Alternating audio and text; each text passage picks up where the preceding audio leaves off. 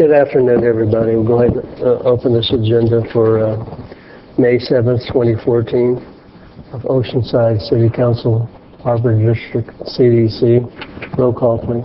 Mayor Wood? Here. Councilmember Kern? Here. Councilmember Feline? Here. Councilmember Feller? Here. Deputy Mayor Sanchez is absent. Deputy Mayor Sanchez? Thank you. With that, City Attorney. Thank you. Council meeting closed session to discuss item 1, conference with labor negotiator involving NECO, Western Council of Engineers, OPOA non-sword, OFA, and OFMA. Item 2, conference with real estate negotiator involving the property bounded by Pacific Street, Meyer Street, Seagaze Drive, and Civic Center Drive. That's the prospective beach resort. Negotiating parties, SD Malkin Properties. Under negotiations are terms for a disposition agreement.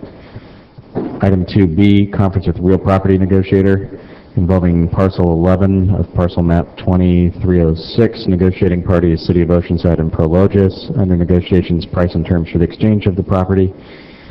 Item 2C, conference with real property negotiator involving the 300 block of North Cleveland Street. Negotiating parties, City of Oceanside, successor agency, the City of Oceanside and Pelican Properties. Under negotiations are price and terms for the sale of the real property by the agency and the acquisition of a parking easement by the city. Item 3, conference with with pending litigation. Item 3A1, Dunnex Incorporated Cavalier Mobile Estates versus City of Oceanside. Item 2, City of El Centro et al. Versus David Lanier. And item 3, Friends of Loma Alta Creek versus City of Oceanside. Adjourn to closed session. Thank you.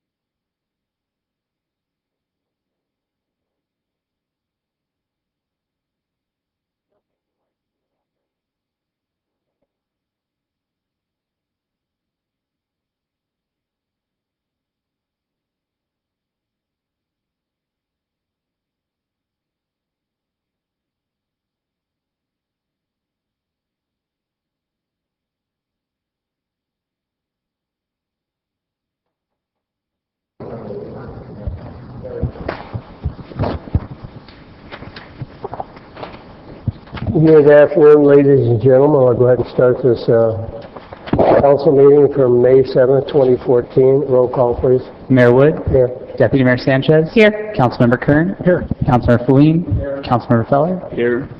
And Mr. Clerk, I'm going to take a couple of items out of order so we can get somebody who has to be at a special meeting. Could I go first with the city attorney's closed session report, please? Thank you. Council met in closed session to discuss item 1, conference with labor negotiator involving the Oceanside Fire Association, Oceanside Fire Management Association, management employees of the City of Oceanside, Western Council of Engineers, and the Oceanside Police Officer Association non-sworn. And there is discussion but no action to report at this time. Council discussed 3 litigation matters, none of which have any reportable action. Those actions are Dunnex Cavalier Mobile Estates versus City of Oceanside, City of El Centro et al. Versus David Lanier et al., and Friends of Loma Alta Creek versus City of Oceanside. Again, no action to report on those 3 litigation matters, but all were discussed. Item 2, conference with real estate negotiator. Council discussed the property bounded by Pacific Street, Meyer Street, Seagaze Drive, and Civic Center Drive, the Oceanside Beach Resort project. Under negotiations are terms of a disposition agreement. There's no action to report at this time. Item 2B, discussion involving parcel 11 of parcel map 2306, negotiating parties, City of Oceanside and Prologis. Under negotiations are terms and price for exchange of real property. Again, no action to report at this time. And finally, the council discussed item 2C, property located at the 300 block of North Cleveland Street. Negotiating parties are City of Oceanside, the successor agency of the City of Oceanside, and Pelican Properties. Under negotiations are price and terms for the sale of the real property by the agency and the acquisition of a parking easement by the city. And again, there's not action to report on that item, but it was discussed. Thank you. Thank you, Mr. Mullen. Mr. Clerk, item 19, please. Item number 19 is adoption of a resolution approving an employment agreement between the City of Oceanside and Frank McCoy, Police Chief. Thank you. Mr. City Manager?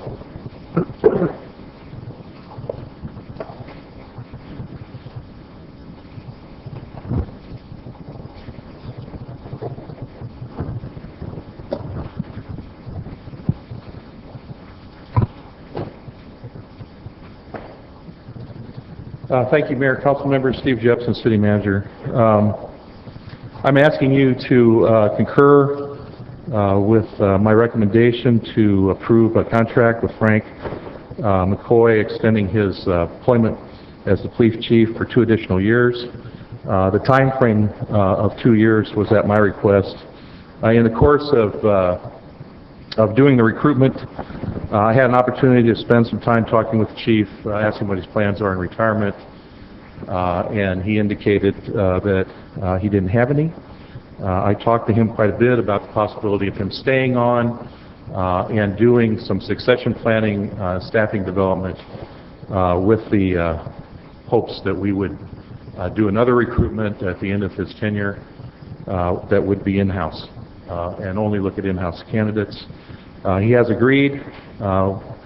The agreement would give him a slight increase in his retirement, not much, but would provide him with a 6.5% increase each of the 2 years for 2 years, and a small adjustment for the consumer price index. With that, I'd be happy to answer your questions and would ask your concurrence in this direction. Thank you very much. Thank you very much. Before that, public? Yes, we have one member of the public wishing to speak on this item. Larry Berry may come forward at this time. Thanks. Steve, if you want to have a seat back up here again, we'll go from there if you want. My name is Larry Berry, I live on 3973 Brown Street in the city of Oceanside. A little bit disappointed, and I'd like to know how much this costs the city to go on a search, a nationwide search, for a candidate that's going to be a new police chief. I like to go. I see my good friend Frank McCoy is here, and how much. This is a man who wants. He's given this city so much, and he wants to retire. He wants to move on with his life. He's given so much to this city, and he wants to let him go. And I don't think we should be asking because we're ill prepared. I know that Chief Frank McCoy has told me several times, and I've been in the police station, where he has done this rotation of captains that have been sitting in as chief when he's been doing things. He has a rotation. He has been training, maybe he can explain it to you, maybe 5 years he's been doing this. This is what he knows to do. Steve Jepson, you hired Frank McCoy. He wasn't a chief before he came here. He was a captain in the Long Beach police station and stuff in Long Beach. He has, you know, we got more than qualified people to do this job. How much, I want to know, how much money more are we going to be paying for this? And are we just kicking the can down the road? Are we just bringing back people that are retreads? Peter Weiss, my good friend Frank McCoy, coming back here and doing stuff? Can't we cut the cord, let them go, move on to their, you know, the sunset or another job or do something? We have qualified people. I have a particular candidate that I am not abashed, you know, to say I think he's been great in the city. He knows this city. He knows the people here. He knows he's been more than qualified to do the job, and yet you just kick the can down the road. What happened? You know, this is not what we want in our politicians. Make a damn decision, and we'll live with it. Understand? I mean, everyone knows, you know, Frank McCoy, he came here 9 months after. He had one of his police officers murdered. I mean, I don't know how you can deal with that and the stuff. I've been, he'll tell you, we try to meet for breakfast or lunch and do stuff over the last 5 or 6 years and doing things and talking to the police, and he's been open and honest with me. We need police officers that are going to be part of the community and going to, you know, be involved. The idea that he knows he's going to be leaving real quick is not good for this city. Just make a decision and do it now. Don't kick the can down the road. That is our political system today. Nobody got the guts to make a decision. Thank you very much. No more public on this item. Thank you. Come back to the council. Councilmember Kern. Mr. Mayor, I do agree with, we have a lot of people on staff that are very qualified and very capable of doing a job. And a lot of those people were brought on by Frank McCoy. I am going to move adoption of the resolution approving the employment agreement because, you know, we're here, we brought Mr. Jepson back to make these decisions, and this is what he's recommending to the council, so I am going to go with Mr. Jepson's recommendation. Do we have a vote in a second? I'll second. Thank you very much. And with that, Councilmember Feller, please. Thank you. I agree that we have very qualified people in the department, and I think Frank has done an exemplary job. Everybody's got whoopsies in their background, and we found that in our search, I think, and so we just want to make sure that we don't have a future, you know, the decisions that are made by the police chief are pretty critical to how the city's moving forward, and we are making great strides in reducing crime. I don't think anybody's going anywhere over this decision, especially since Mr. Jepson has said that he would like to see the next chief hired from within, and that's promotion for everybody in a couple of years. So I just think this is a solid decision. You know, I guess none of us are as valuable as we think we are, but we have to think about the progress the department's made, and I hope with this additional couple of years that Chief McCoy will be able to make even greater strides than we've already had. So that's my reason. Thank you. Deputy Mayor Sanchez, please. Thank you, Mr. Mayor. I was surprised that the national search did not yield a good fit for Oceanside. We are a very, very special community here, and I think it takes somebody really special to be our police chief. I do think that there are a couple of candidates internally, and perhaps they're not ready yet. This is something that I would have hoped to have been accomplished during the time that before Chief McCoy tendered his resignation, that there would have been a natural progression within the department. That was someone that we could all support. I do have some concerns. This is a 2-year contract for 13%. We have been telling our employees, both management and rank and file, that we cannot afford any kind of a salary increase, even though it's been 6 years that no one has seen an increase at all.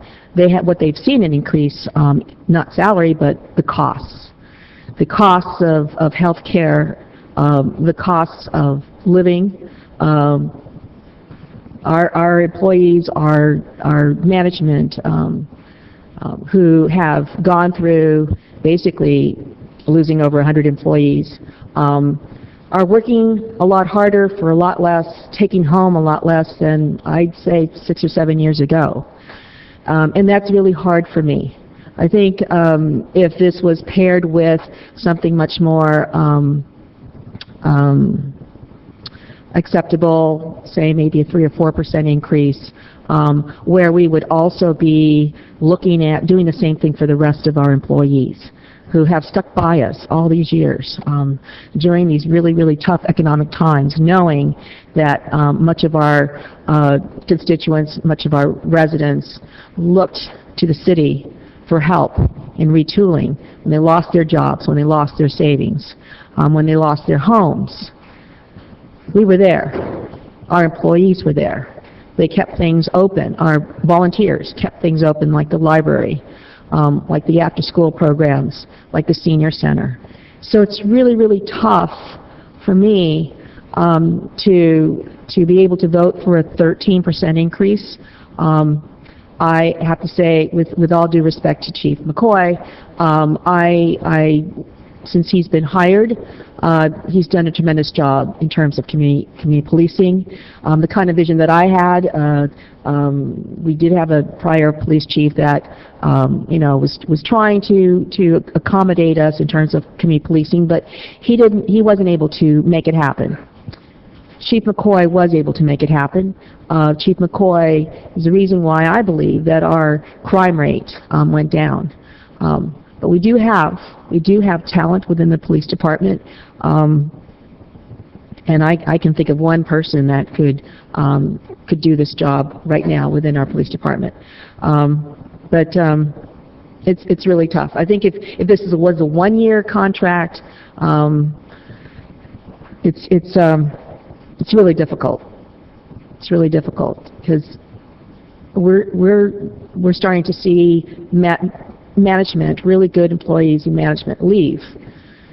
We don't have a path for rewarding our management and rank and file for the tough work that they've been doing for us. I know that there has been this onslaught of trying to be so highly critical of our employees. And they are part and parcel. They live here for the most part. They work here, and they are our ambassadors. And they actually make us look good. It's time.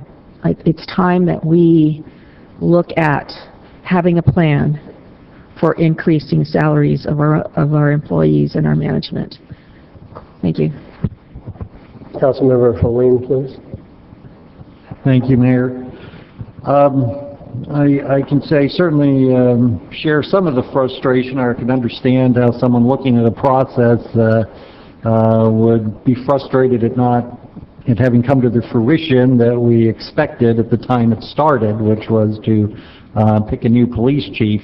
But I think we also have to understand there's a whole lot of moving parts to this that as members of the city council as well as the public that you don't get to see in operation, and that includes a huge, extensive series of interviews by a panel of police chiefs, a citizen panel, and so as well, and based on that whole process going forward, the city manager being kind of the orchestra leader, if you will, of that process and having the final decision, if he's, looked at all the reviews of that and determined that the best approach for the city is to offer our existing police chief, Frank, who everyone has high regards for, an additional 2 years and allow for internal development of our management staff, I think we should defer to that decision. Certainly, I have no information that would contradict the reasonableness of that decision by the city manager.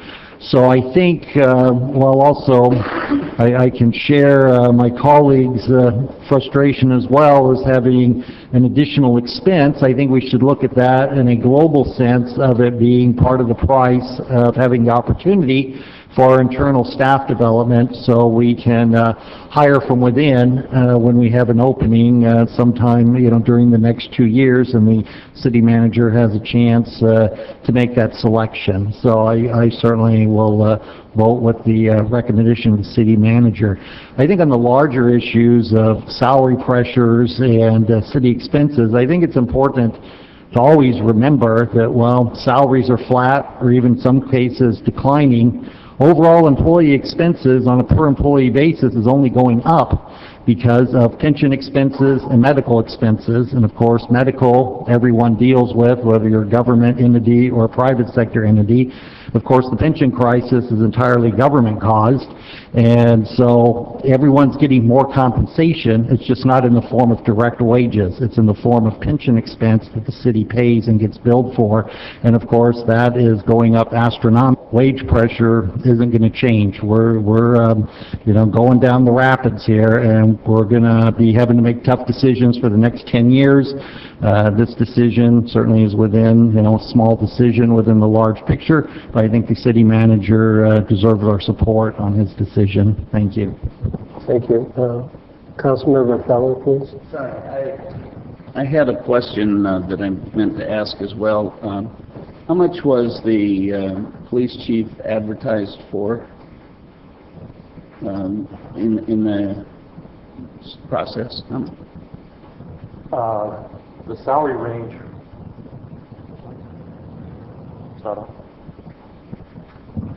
the salary range was up to the top of the existing chief at 194,000. Okay, and I just want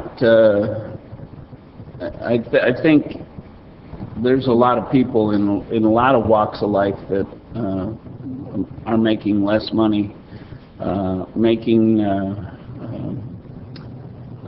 do with what they have, and it has not been easy for us all along to be spending the citizens' money on salaries, and there is hope, I think, of some measure as we go forward for helping our employees a bit as well. I think you can't promise anything if you don't know the numbers, but to allay some of the fears of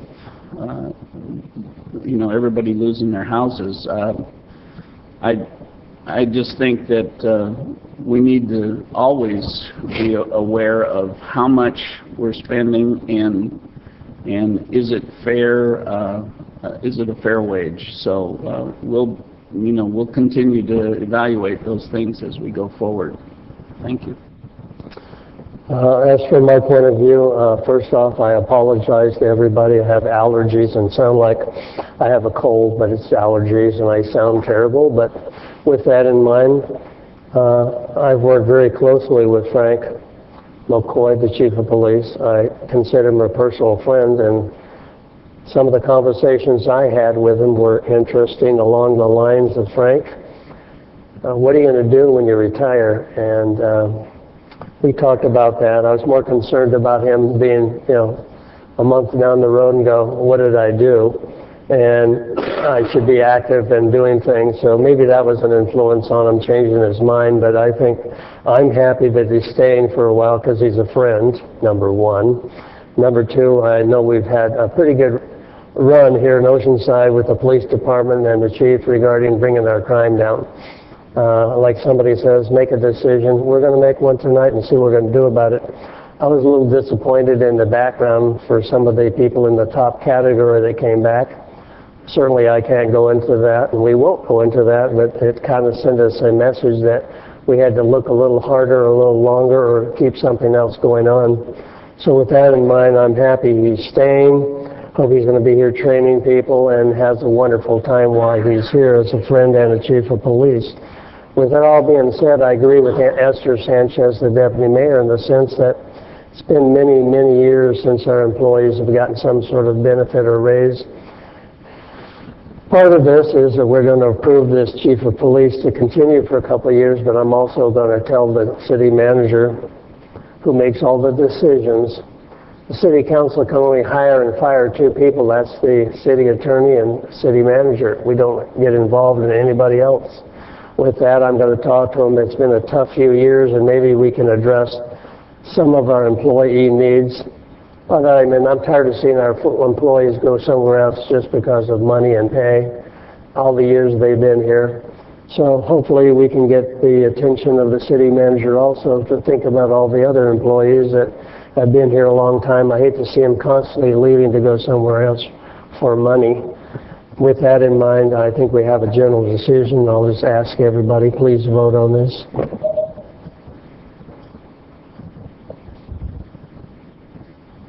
Motion approved 4-1, Sanchez, no.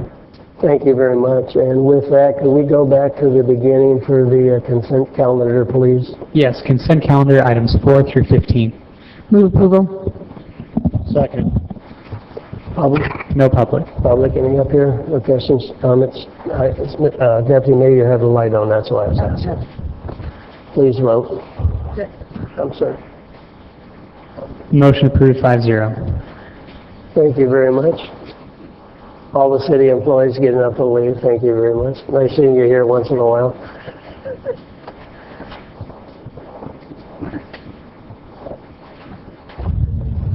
Ladies and gentlemen, our deputy city attorney, Barbara Hamilton, stepping in because my attorney has to go to an important meeting out of the area, so he's leaving, and Barbara's sitting in, and I'm happy about it. Hey, Barbara, how are you?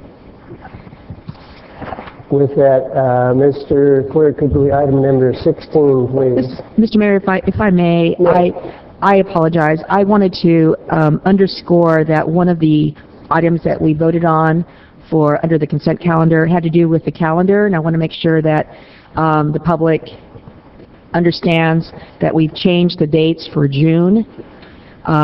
We have deleted June 4th and June 18th, and instead we will be meeting again June 11th and June 25th. Thank you. That is improvement because they won't notice it unless you tell them. Yes. Thank you very much. That's item 15 on the agenda if you have it out there. Just want to let you know there is a change in dates and times. Thank you very much. Thank you. And item 16, Mr. Clerk, please. Yes, item number 16 is direction of staff concerning the opening of the Marshall Street Pool from June 1st through September 1st, 2014. Approval of a budget appropriation in the amount of $24,000 from the unallocated general fund reserve to Marshall Street Pool account number 935950101 for fiscal year 2013-2014, and direction of staff to budget $40,000 in fiscal year 2014-2015 to cover the costs associated to opening the pool. Thank you. With that, Marjorie Pierce, the Director of Housing and Neighborhood Services. Good evening, Marjorie. Good evening, Mr. Mayor, members of the council. Mr. Beck basically gave the whole report. What's needed is $24,000 to open the Marshall Street pool this year. One thing that should be noted that there is some repairs that need to be done at Brook Street, and by opening Marshall Street a little bit earlier this year, we'll be able to accommodate getting those repairs done by moving our programs to Marshall Street. And then in the next budget for fiscal year 14-15, we will budget for the full year and won't have to come back for a mid-year appropriation in the future. Thank you. Have a seat at sidebar while we do this, and I know this has really been a push by Deputy Mayor Sanchez, mainly for our kids and our youth in town, especially in the summertime. But public on this? No public on this item. Back to the council, please, and I'll go with Councilmember Feller, please. I move approval. Second. Okay, Councilman Sanchez. Thank you, Mr. Mayor. And yes, this is something that I have really wanted, been pushing. It's a shame that when I was going to high school, and swimming was a requirement to be able to graduate, there was only one swimming pool, and that was the Brook Street swimming pool for 30,000 people. And now we have 180,000 people, and we still only have one full-time operational Brook Street, which as I understand it, is in sore need of repairs. So yes, with respect to funding this, at the same time that I was pushing for this, there was also an application from Ocean's 11, which has been a good community partner, requesting satellite horse racing, which basically, as I understand, was going to increase the contributions to the city by about $40,000 to $60,000. So I thought this was a good trade. That okay, we're going to go ahead and this is something that we can use to further open Marshall Street pool. At the same time, using an identifiable source, knowing that we have additional income. So I'm really excited. Last year, when it opened for the first time, and it was it 3 years, the neighborhood came out. We had a kind of a grand little opening there. There was the taco, Bull Taco, that was there, offering free tacos, as part of the celebration. And of course, we had our cakes as well. Eileen had, I think there were 3 cakes or something. Yeah. So this is exciting. This is for our kids and our adults who love to get in the pool and besides the ocean. So I'm really, really happy to support this. Thank you. Councilmember Feline, please. Thank you, Mayor. Margaret, how many kids, and adults for that matter, how many people use the pool during the summer on a daily basis? Thank you, Councilmember Feline. I couldn't tell you, but I would say literally it's hundreds. We have a lot of programming and camps and synchronized swimming, etc. So hundreds of kids and adults use our pools. Okay, great. I know I always enjoyed having a community swimming pool when I was a kid, and I think it's great we have the opportunity to open the pool. How long will the Brook Street pool be closed? And Marshall taking the whole load here? It's not for sure. We're hoping by the end of May, maybe a week or 2 weeks to get the repair done. Okay. Yeah, because I certainly as well enjoyed the opening that we had when we were able to add the pool opening to the budget. It actually was the only change we made in the budget that year, and I was glad to see that we have that opportunity, and glad to provide it again this year. Thank you. You can wait until you pass it.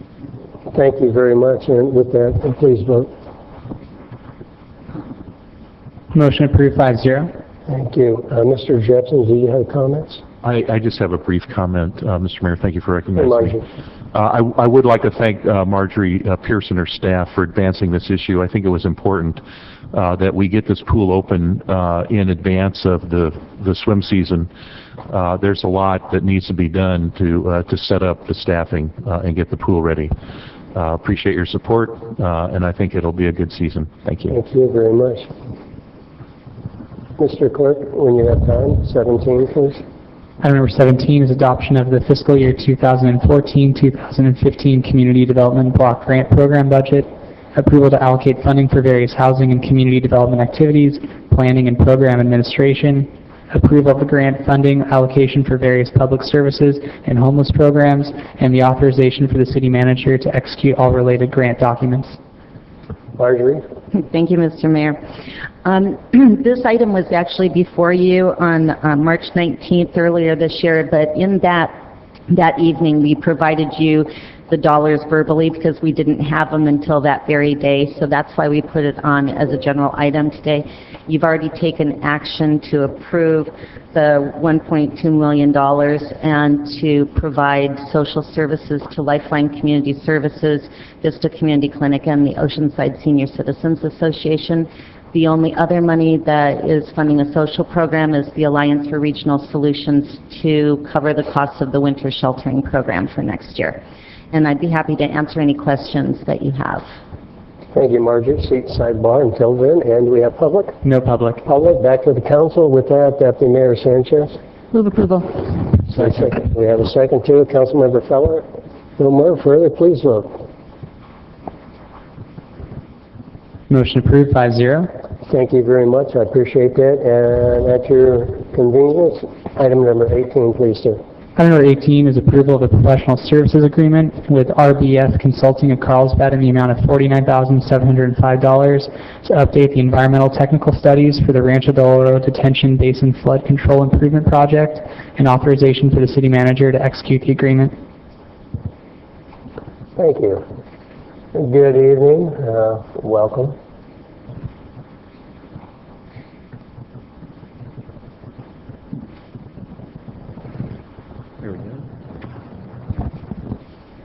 Good evening, Honorable Mayor and City Council members.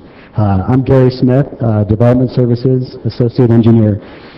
First, I'd like to update the record relating to the background section of the staff report. The staff reporting, it indicates that the Garrison Creek Detention Basin is located at the southeast corner of Mesa Drive and Oceanside Boulevard.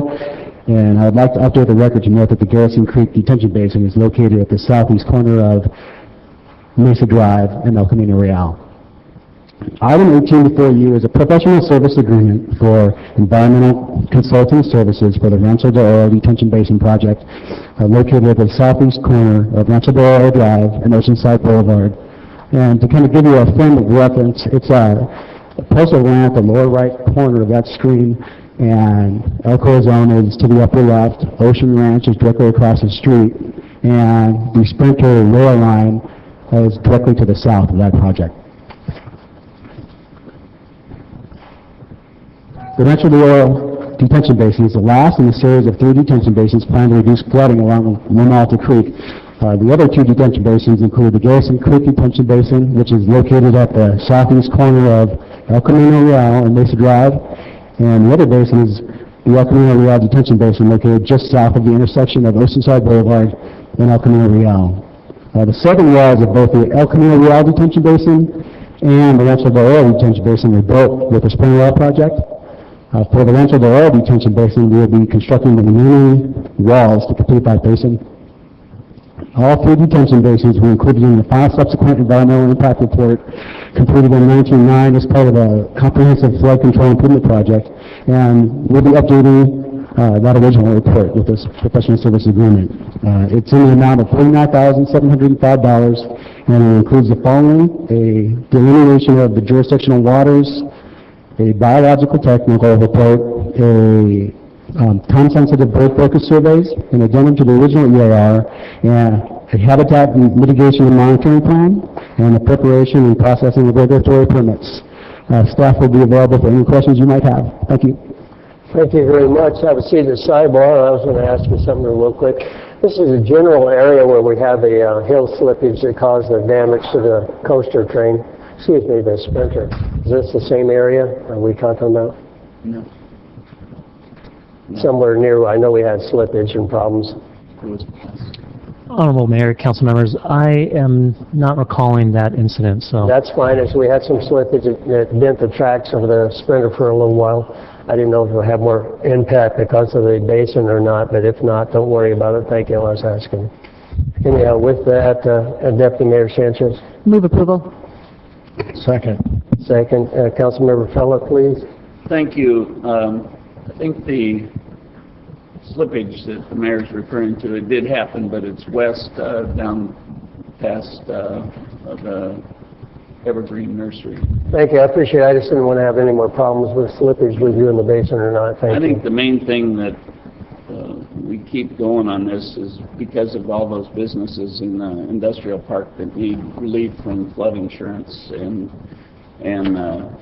floods.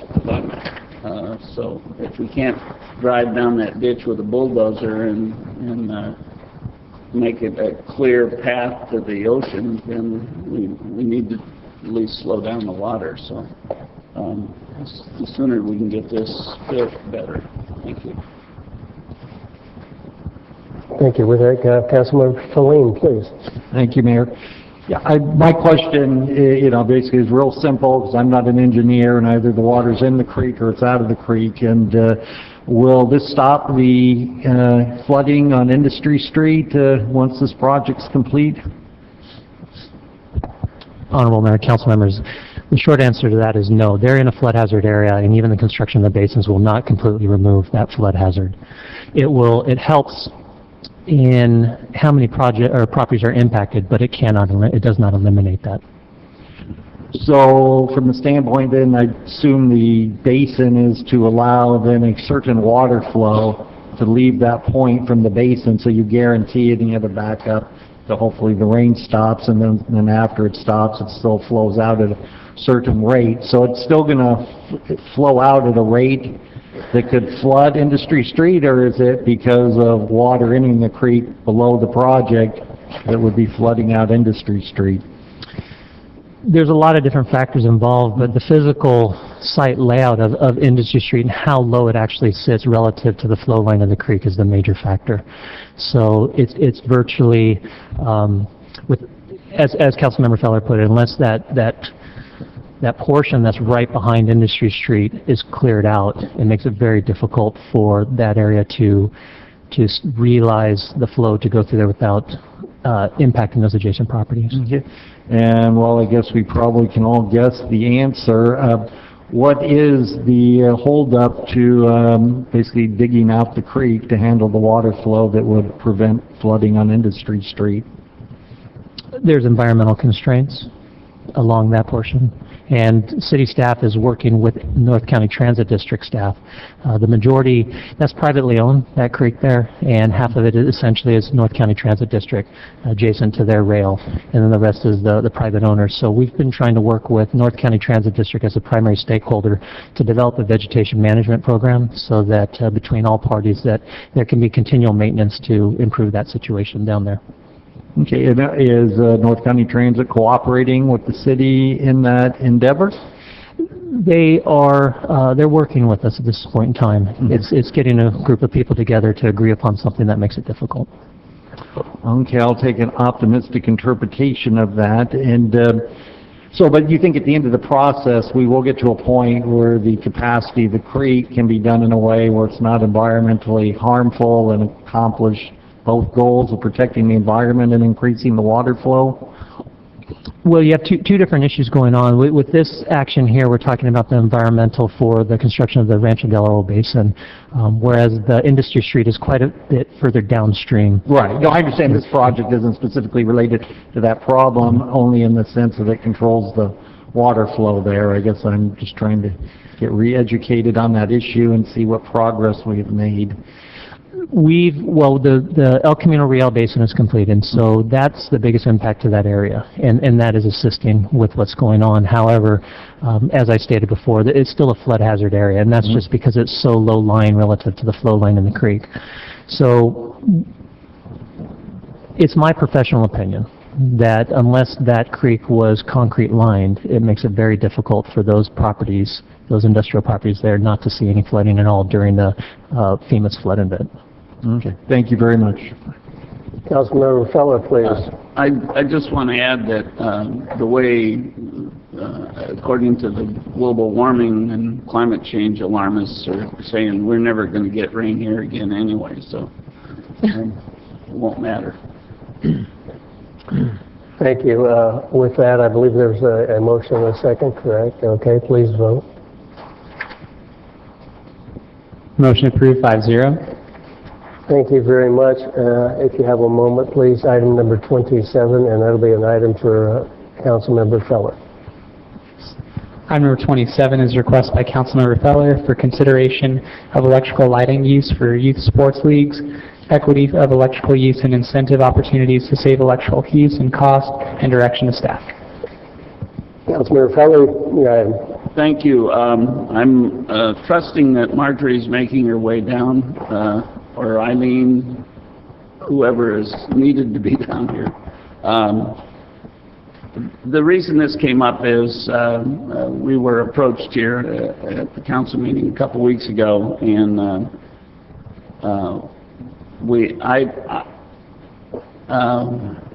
through the city manager's office, we've had meetings regarding the issue with lighting in the sports parks for especially youth sports.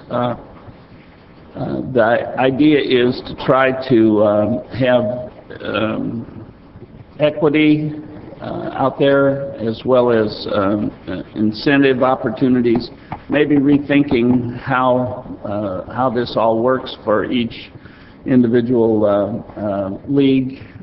All the youth sports are affected.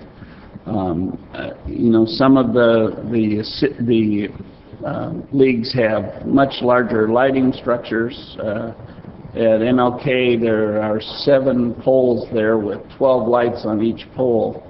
1 pole with 10 lights on each pole, and no other park has anything considerable to that. And then 2 or 3 on each field that have 3 lights on a pole. So in Melba Bishop, that field there only has I think 3 poles with 8 lights on it.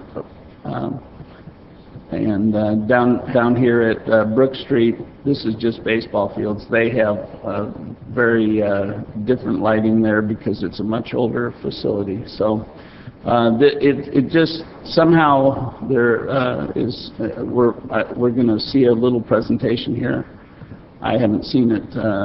I saw a preview, but a lot of things have been discussed. So I'll leave it to Marjorie to go through this, and then we'll look and see what we'll have some public speaking, and then go forward. Thanks, Marjorie.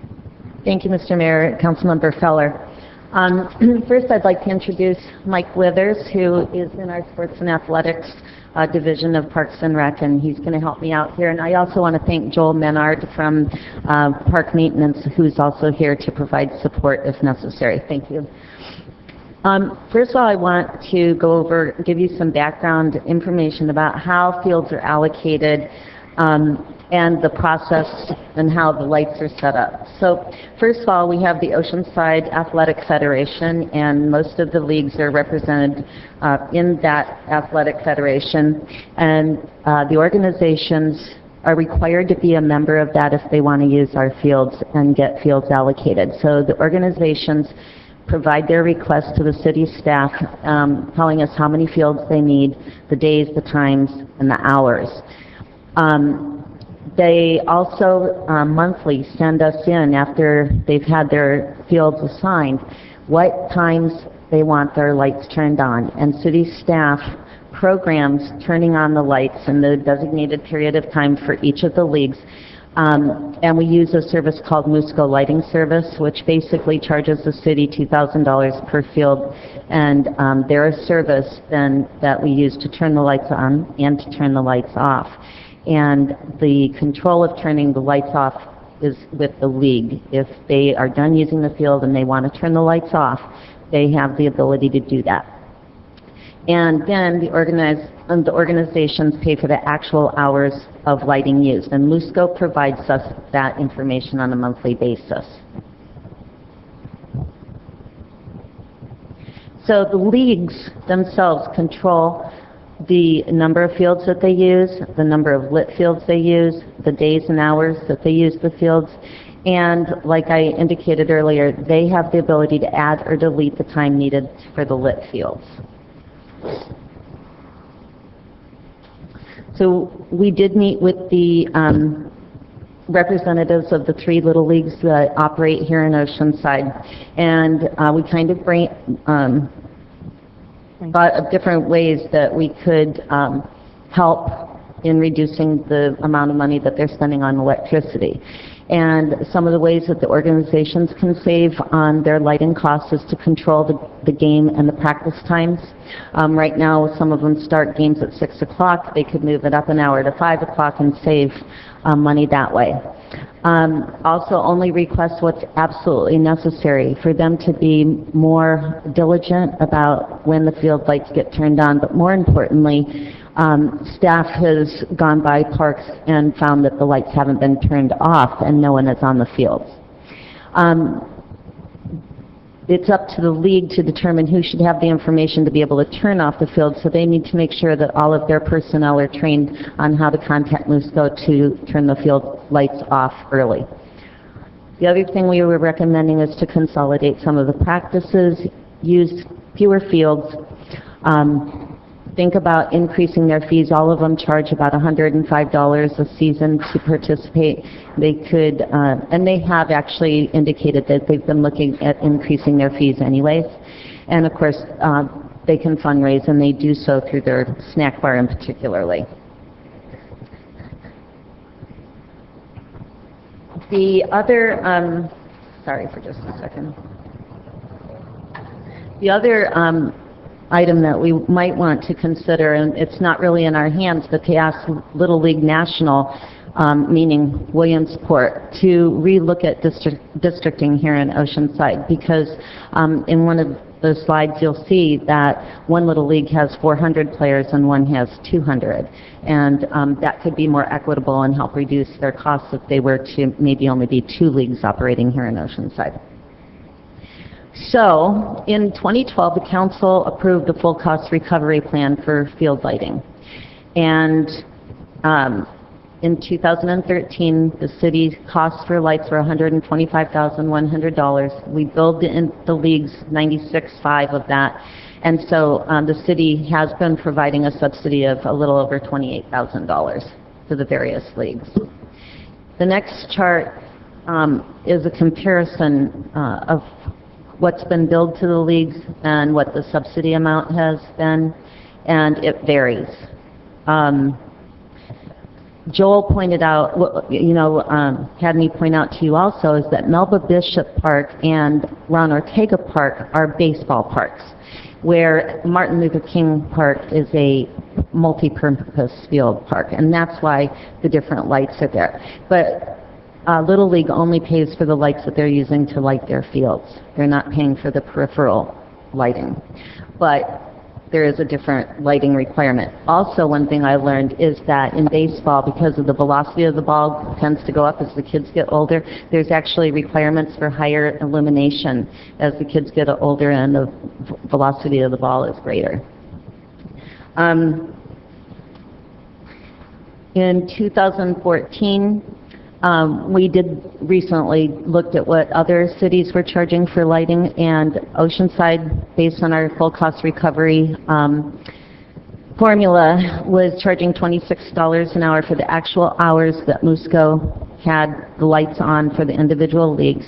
Vista's charging $17, and for a point in time, Vista charged $17 plus a $5 per player fee, and they have eliminated that $5 per player fee. Carlsbad charges $10 an hour, and San Marcos is $21 an hour. So staff has the recommendation that the city work with the leagues and organizations to minimize their need for lights, that we conduct an energy audit to determine if there are available efficiency measures for lights, including use of LEDs when it's appropriate, and work with the organizations to modify practicing game times and or access number of fields actually needed to reduce costs. That we ensure that all light users are trained to modify their light needs via MUSCO, and should the council wish to increase the city's subsidy, we would recommend reducing the hourly rate charge from $26 to $20 an hour, which is approximately a 25% reduction which would cost the city approximately $23,000 in additional subsidies for youth sports. The three presidents from the three Little Leagues are all here and available to answer any questions that you might have, and I'll leave it for you to provide direction to staff. Thank you, Margie. Have a seat, sidebar, please. Do we, Speakers? do you have speakers? One. One. Let's hear from them and then we'll have a... At this time, Larry Berry may come forward.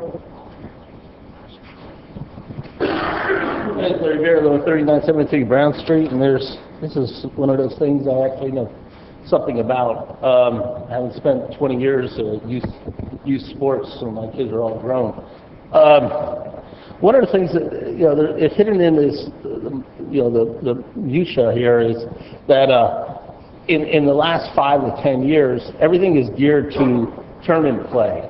Everything is geared to after the season, you get your all-stars, and your all-stars go to play on the regionals and sectionals and go on, and hopefully, and we've had a couple teams that went to actually to, the Little League World Series or other things.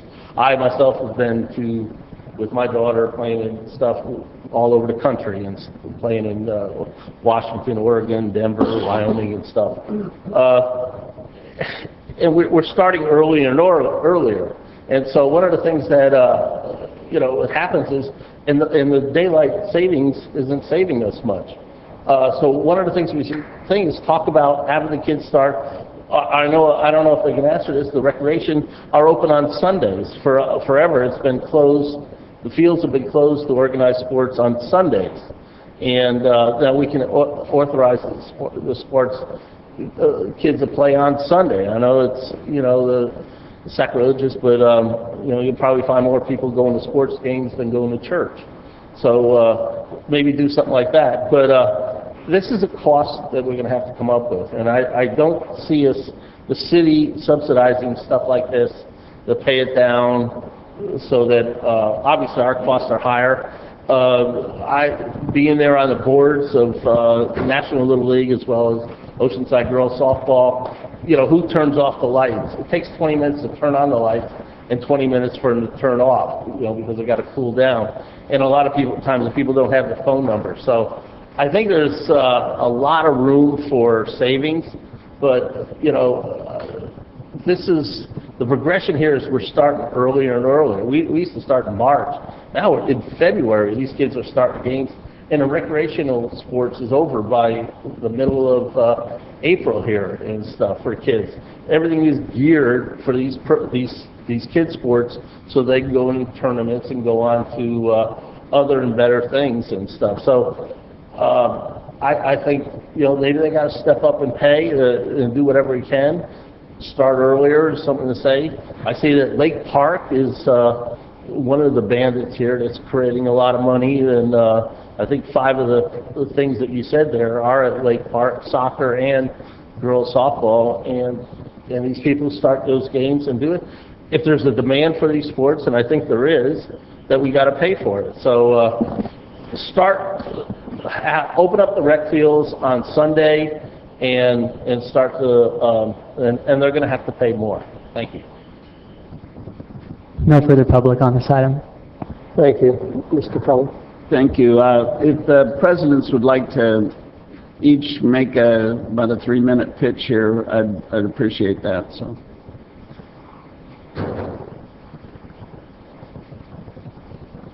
My name is Mike McNeil. I'm the Oceanside National Little League president. This is my first year being president, and we were responsible for the budget of the league. We went through, identified that we were short on money, and we were going to leave the league in a very vulnerable state. On average, we pay anywhere from $16,000 to $20,000 a year, and it's just been increasing. We're in trouble. We have revised our snack bar. We revised our cost of goods as far as what we buy and what we sell for. We put a lofty goal for $10,000. At halfway point, we were at $5,000. Okay? We've fundraised $7,000, whereas the last 2 previous years we raised $4,000 and $5,000. We're doing our part, but it's still not enough. We think that $20 an hour is a great start. but we're still worried that it's not enough. Little League is about building sportsmanship, leadership. It's about giving these kids a place to go during the afternoons when their parents are working, so that they can be involved in a team, in something bigger than themselves. It builds character, and to be responsible for 400 children and 800 sets of parents is a huge responsibility, and we take it very seriously. So we're asking that some type of assistance is definitely given to the leagues, and it's not just Little League that we're concerned about. It's all youth sports. We just happen to start it. Thank you for your consideration.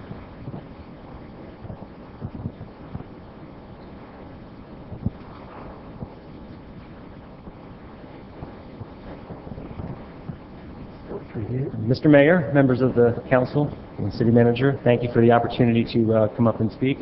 My name is Steve Fritsch. I'm the president of Oceanside Valley Little League, and our concerns are much the same that Mr. McNeil just presented a moment ago regarding the cost of the lights for our youth sports organization.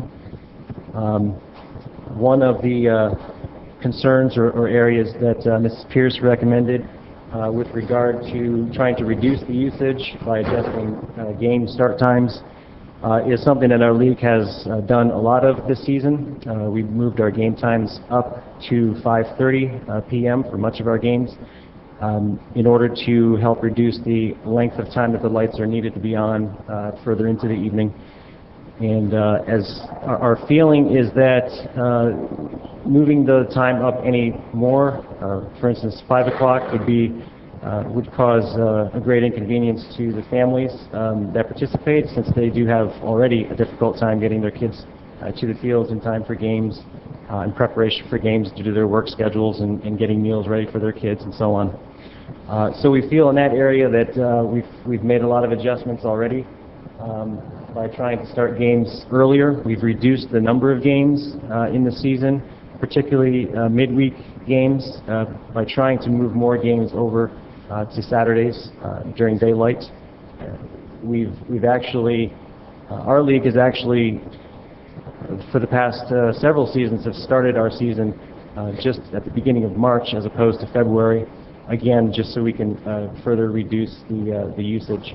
So in the area of usage, we feel that a lot of adjustments have been made already by the league in order to reduce the time that the lights are needed to be on. With regard to shutting the lights off, we're very strict in our league about shutting the lights off immediately after, not right at the end of game, but we want to make sure that everyone has enough time to put the equipment away and get to their vehicles safely before lights are shut down. All managers of teams are instructed to turn the lights off at that time so that the lights are off in good time, so there's no wasting of light bills. We are able to access Musco's control center so that we can, as a league, we monitor exactly when the lights are turned off, so that if we see any instances where the lights are left on, we take the necessary steps with those teams so that, again, the light fee or the light usage can be reduced. Another area that we have taken a close look at with regard to the fee that the city is charging us, which is the $26 per hour, compared to the other cities. As mentioned, Carlsbad charges 10 and Vista charges 17. Our request would be that the City Council consider adjusting the fee that is charged to a fee that is similar to those other cities, which would be a great deal of help, and will also help our families, as there is not much room in what we charge for our families to increase our fees. So we thank you very much for your consideration in this matter, and I would be available for any additional questions if more information is needed. Thank you very much. Thank you.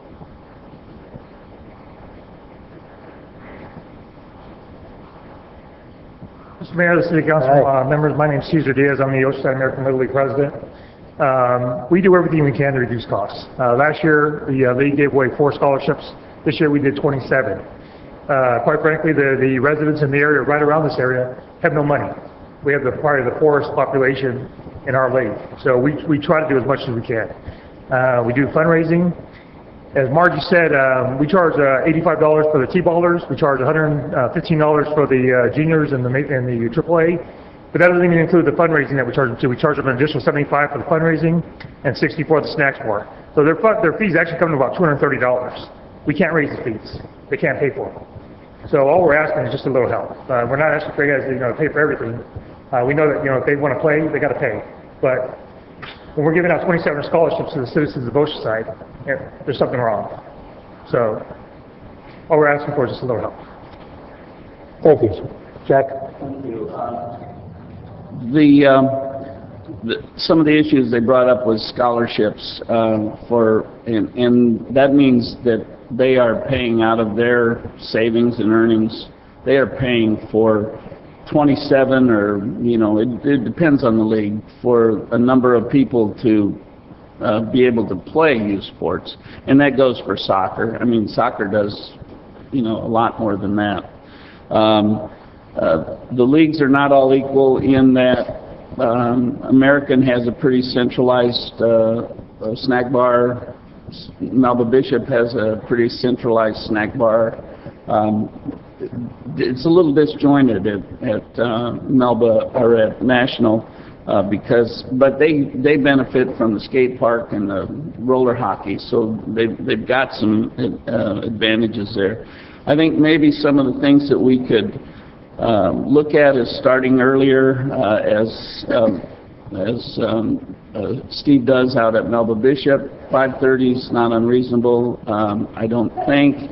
Last night the lights came on at 7:30 at National, and they were out by 8:20 on at least two of the fields because they adjusted and paid attention, and I think that's what they have to do every single night. Maybe some sharing of fields, especially for junior players, that maybe they could practice earlier.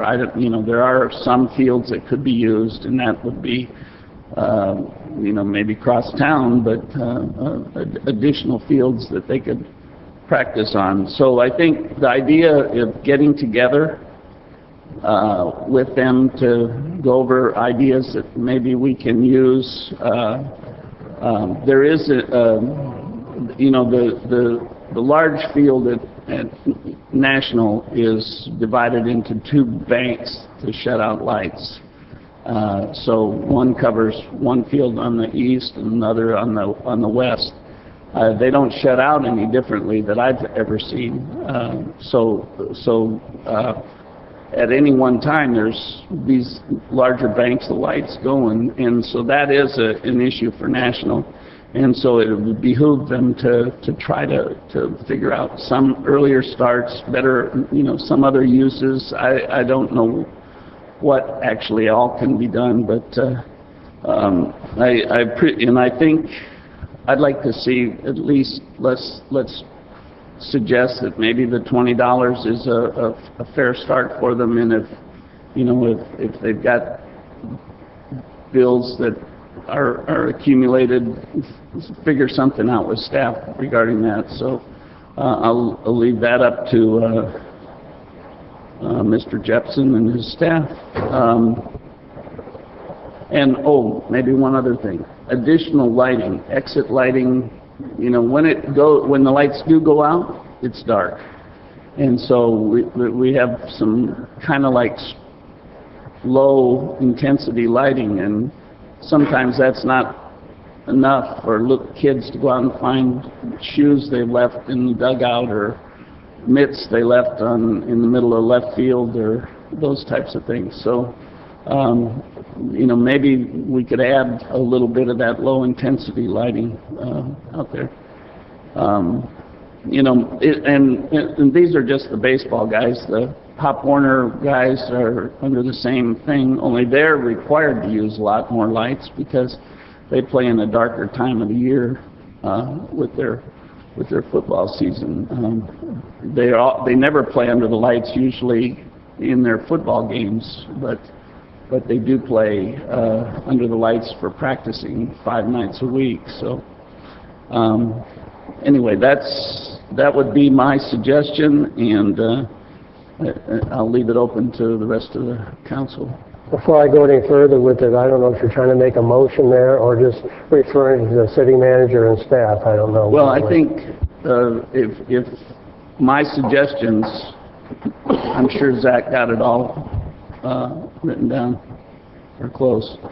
And with those suggestions and any others that might pop up in other people's heads, I think it defines us as a community how our young people are trained. So, and lots of volunteers in these leagues. We haven't heard from everybody, but I'm listening to you, and I think the neighborhood director here said we can probably help get them together and kind of be educated on how to do things. And as for the rate decrease, I'd look towards the city manager, but I would be willing to go along with that to try it and see how it goes. I just don't want to set an open Pandora's box for everybody. Well, that's the thing. This is youth sports. I know, and that's what I'm saying. If it's for youth sports, they're on their own. Fine. With that, if you're making a motion, I would second it. If not, let's go with the deputy mayor, please. Thank you, Mr. Mayor. And so you have seconded, Councilmember. If that's the motion, I would Yes. second it, yes. There Well, are then- conditions. There we go. Well, I would like to support Councilmember Feller's motion, which is basically to move staff's recommendations as they were listed. I do believe that, that all the folks involved with Little League put in a lot of time and effort. This is a huge commitment, and I do want to take the time to thank you so much for your commitment, for your work, for working with our youth and establishing that kind of character, responsibility, respect, everything that goes along with youth sports, in especially giving them the opportunity to have something to do after school. It is something that the whole country has been moving towards, this notion of healthy cities, and certainly Little League has been an Oceanside tradition from the beginning of time.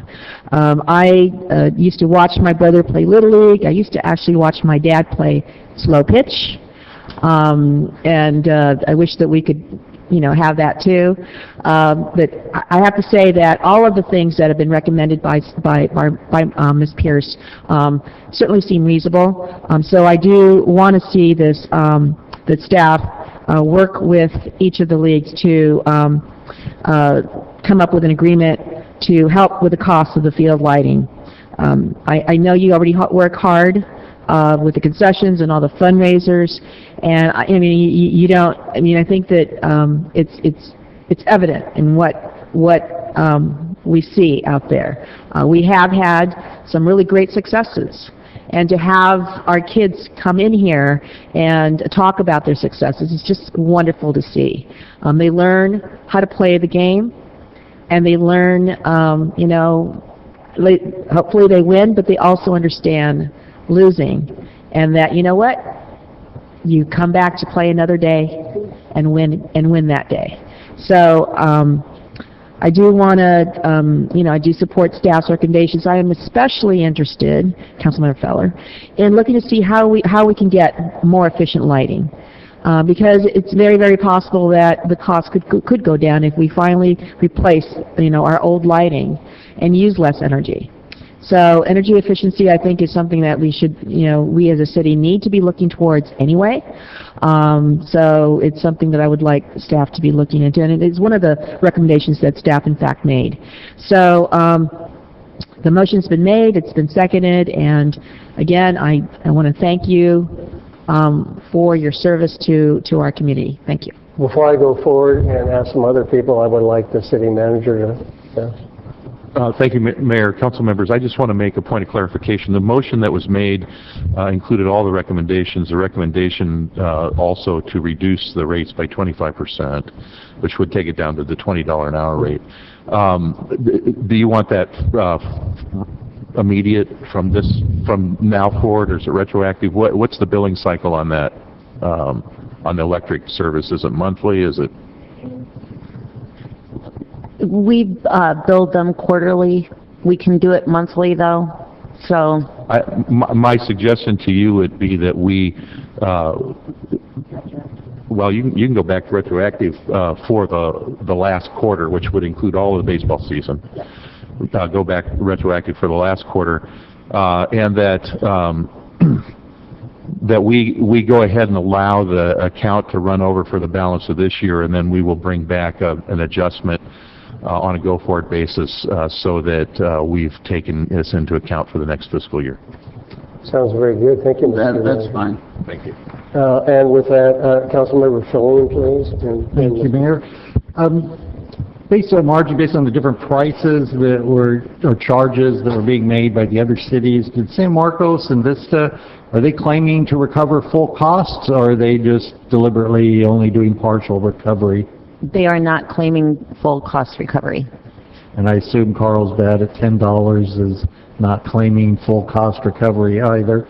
Does the cost computation include anything other than electricity and the, I guess the labor for this company you mentioned that goes around to make sure the lights are turned off?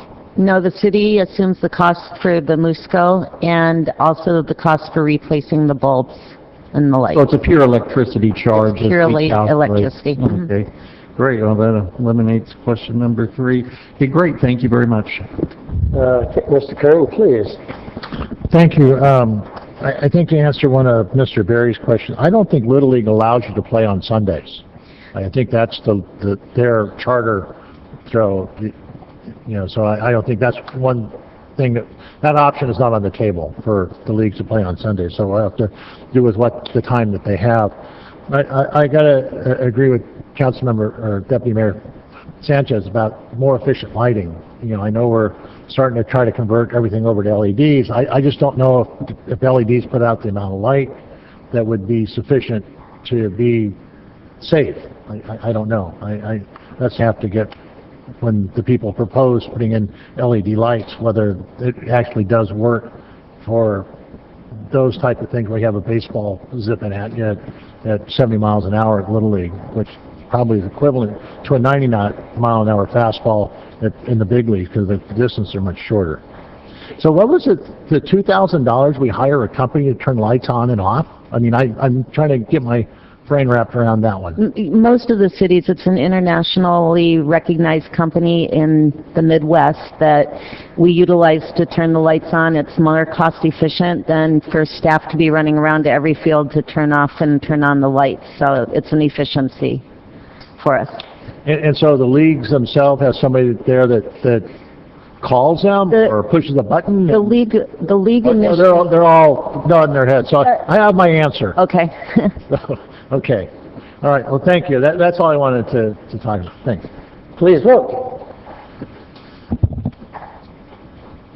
Motion approved 5-0. Thank you. Ladies and gentlemen in the audience, we're going to take about a 10-minute break to have some awards set up. Get a seat. If you haven't been here before, out the double doors, up the stairs, restrooms, water, and please enjoy yourself. Be back in about 10 minutes for the second half of the council meeting.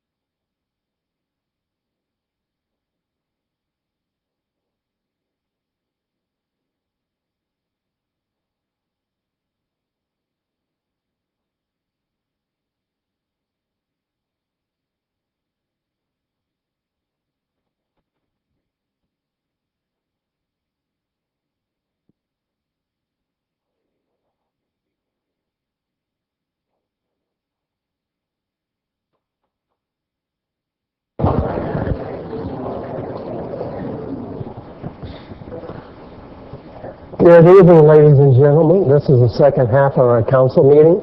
Usually has most of the invocation, the Pledge of Allegiance and presentations, and we move over for comments from the public or not. We have some special announcements tonight from some of our citizens of Oceanside and where they've gone in the state of California. I won't mention anybody with a crown on their head in the audience, but state of California. I'll get to that in a second and we'll have my assistants start off by, if you have a phone or a pager or something, put it on vibrate or silent, and we'd appreciate that, number one. Number two, she's going to explain about the invocation and the Pledge of Allegiance, and we'll move on from there. Please, Valerie. At this time, if you would all stand for the invocation and the Pledge of Allegiance. Leading us in the invocation this evening, we have our City Clerk, Zach Beck, who is also the youth pastor for Gateway Community Church. Let's bow our heads. Father, I come before you today to say thank you. Thank you for the blessing, the privilege, the honor it is to live in this wonderful community, and the blessings you bestow upon us on a daily basis. We are a diverse community with different backgrounds, different beliefs, different presence, different histories, and different futures. Yet we have one thing in common, is that is this city that you've blessed us with.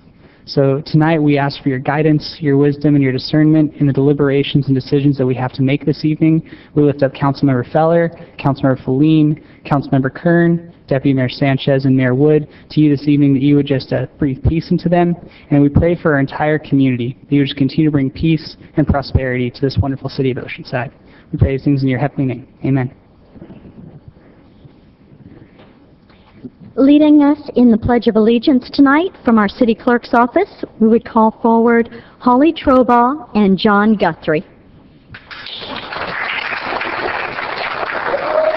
Okay. Thank you. Please face the flag. Ready, begin. I pledge allegiance to the flag of the United States of America and to the republic for which it stands, one nation, under God, indivisible, with liberty and justice for all. Be seated. Thank you very much. We would also at this time like to call forward our City Clerk, Zach Beck, into the dais circle. And we have a proclamation in honor of Municipal Clerks Week. Whereas in 1984 and 1994, Presidents Ronald Reagan and Bill Clinton, respectively, signed a proclamation officially declaring Municipal Clerks Week as the first full week of May, recognizing the essential role municipal clerks play in local government. And whereas the office of the municipal clerk is the oldest among public employees and provides the professional link between citizens, local governing bodies, and agencies of government at other levels. And whereas municipal clerks must stay current with the constant transition in local government legislation and available technology, constantly striving to improve the administration of their duties. And whereas the municipal clerks serve as the information center of local government regarding historical, legislative, and election services, while always pledging to be ever mindful of their neutrality and impartiality when rendering equal service to all. Now therefore be it resolved that I, Jim Wood, Mayor of the City of Oceanside, do hereby proclaim May 4th through 10th as Municipal Clerks Week in the City of Oceanside. I further wish to thank those dedicated staff members of our clerk's office for their fine representation of our city.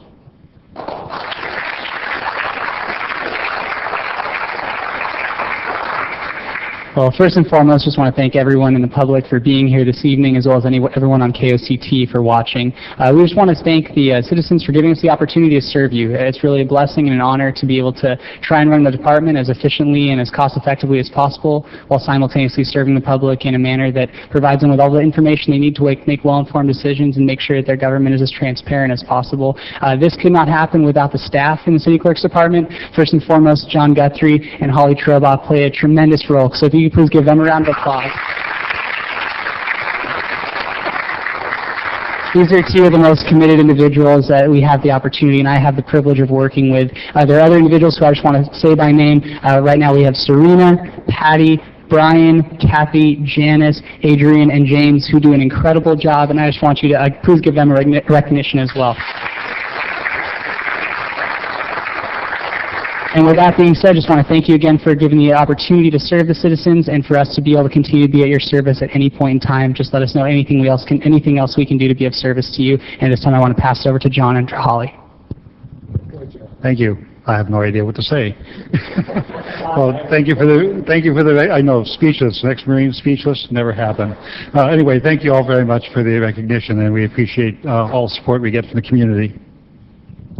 Thank you, and we appreciate the city clerk's confidence in us. As mentioned, we also serve as the elections official, so since I have the mic, May 19th is your last day to register to vote for the June primary on June 3rd. May 27th is the last day to request a mail ballot. And San Diego County has the highest voter turnout in California. We'd like to keep that going, so make sure you all vote on June 3rd. First off, a round of applause for real heroes, all three of them, and their staff. One more time, please.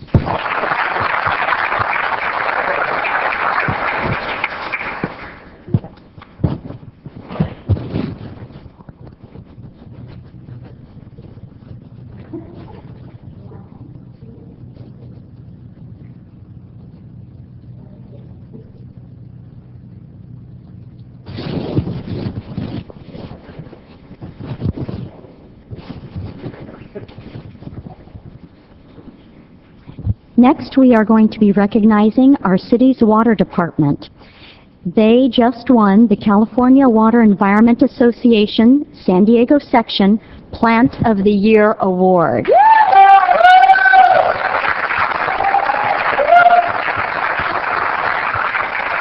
And we'd like to begin by calling forward the city's Water Utilities Director, Carrie Dale.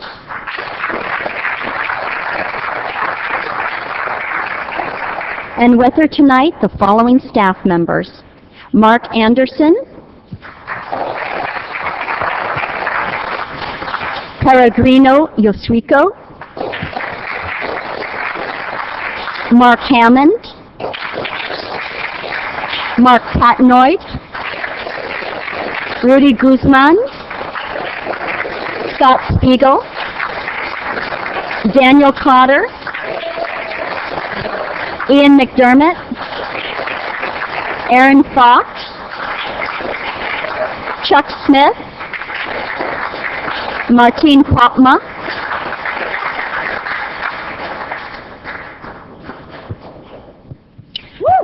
Great job, guys. All right. I want to explain a little bit about what this award is. And as you can see, this is just a few of the employees that work at the San Luis Rey wastewater treatment facility. It takes a lot of folks to clean your wastewater and make sure that your beaches are clean. This is a wastewater organization that works in the state of California. Our plants competed at the San Diego region for the Plant of the Year award for plants that flow or receive 20 million gallons per day of flow or less. And I wrote down a lot of the categories that they look at because it was quite an extensive application and inspection that the plant went through to get this award. They look at regulatory compliance as well as innovation in operations, maintenance, laboratory, and the pretreatment program, cost effectiveness and cost reductions, superior plant operations for the past 3 years, financial management, employee training, and maintenance practices. And I also want to say that not only did we get first in the San Diego County, but we competed at the state level and received third place at the state level.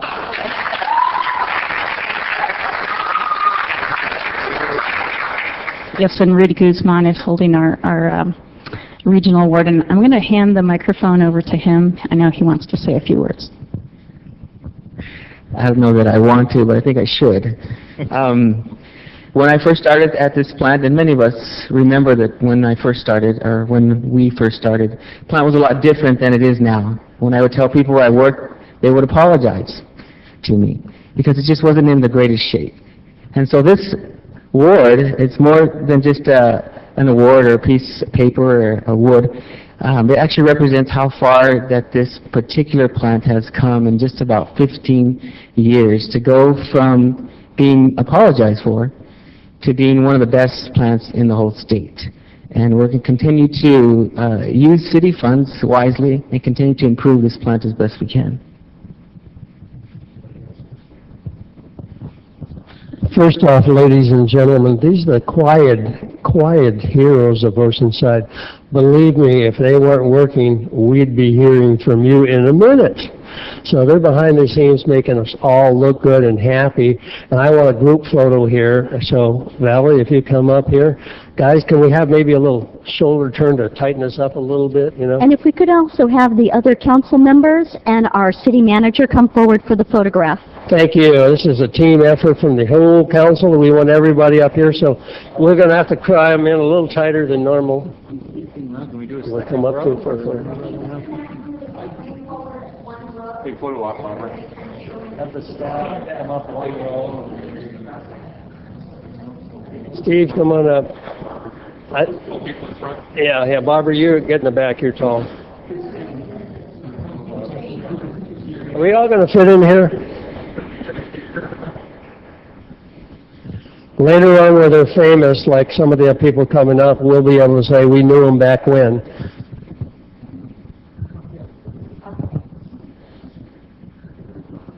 Big smile. 1, 2, and 3.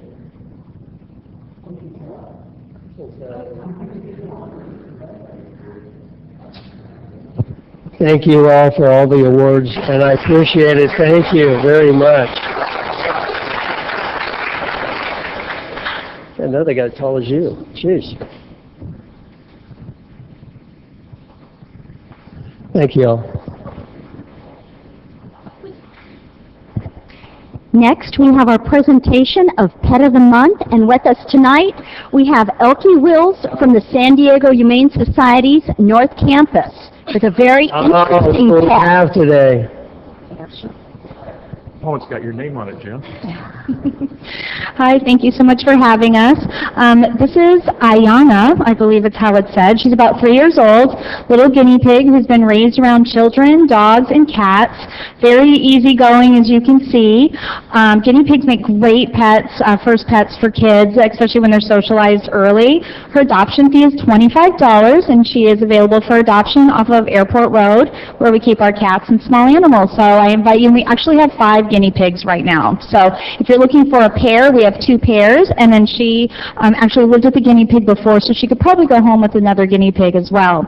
Want to promote the fact that we are going to be in the Petco on Mission. We're going to be having cats there all the time. So cats will be available for adoption starting May 15th. So if you're looking for a cat, we of course invite you to Airport Road, or you can visit the Petco location. And the good thing is you know, they have longer hours than we do, and so if your work schedule permits, doesn't permit 7 o'clock closing, you know, they close at 9:30.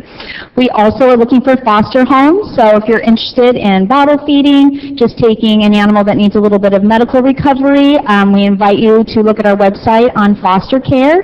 And then of course this Friday we have Doggy Cafe, where you can come socialize with your dog. You win some prizes, you get some one-on-one time with our trainers.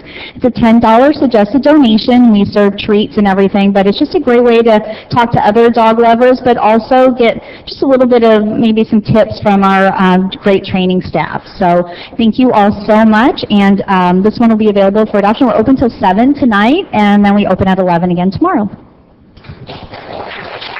Thank you.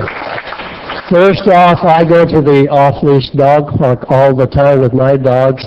Remember, it's separated in dogs that are large, aggressive, and bigger to small ones. So you can go down and have a great time with your animal. I go by this particular location by the airport to see all the bunnies, guinea pigs, and cats. You can go over also for the dog one, but ladies and gentlemen, go by and see these wonderful animals, adopt them. Talking. Saying, take me. This would be a great mascot for a group of men. Just by chance. And queens and princesses love animals, so that makes you even better off. So keep that in mind, this group over here, okay? Anything else? Bye-bye.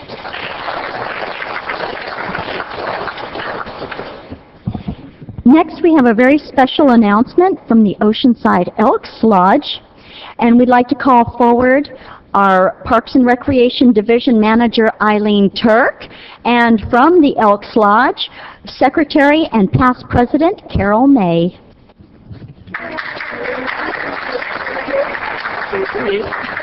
Who's going to take this first? All right. This is very exciting, breaking news. We love our partnership with the Elks Club. They were able to get a $2,000 grant to give to the youth of Oceanside. And I will let Carol explain it, but great news. We're going to be able to give about 40 children free swimming lessons this summer through the generosity of the Elks Club.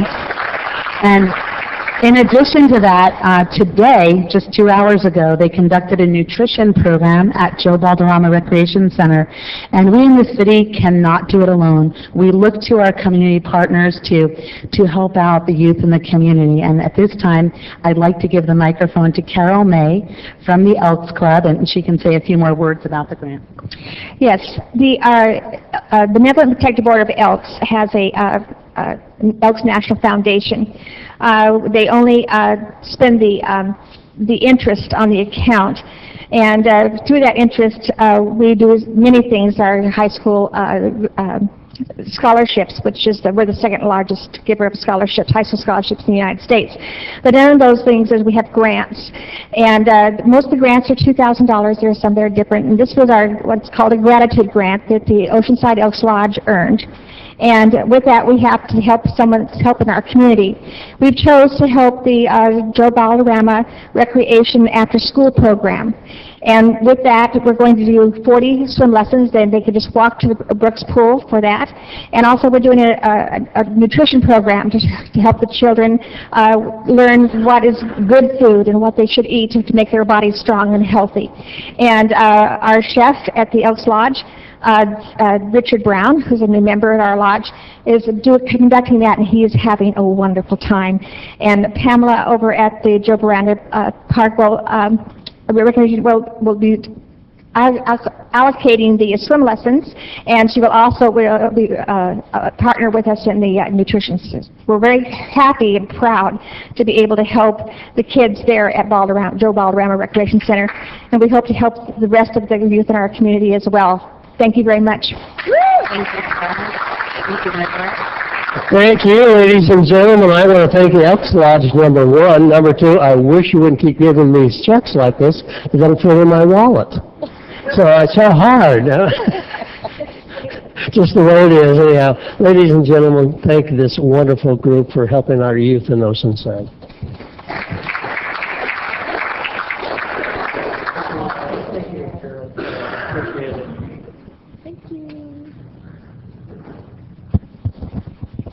Next, we have a proclamation in honor of Building Safety Month, and we'd like to call forward the following individuals. Our Director of Development Services, George Buell, our Chief Building Official, Rick Brown, Fire Battalion Chief, Felipe Rodriguez, and any building safety and fire prevention staff that might be present tonight.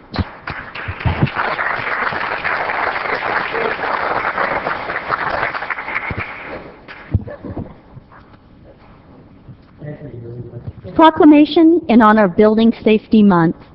Whereas the City of Oceanside's continuing efforts to address the critical issues of safety, energy efficiency, and durability in structures affect our residents, both in everyday life and in times of natural disaster. And whereas public confidence is achieved through the vigilant dedication of building safety and fire prevention staff, architects, engineers, builders, tradespeople, and laborers.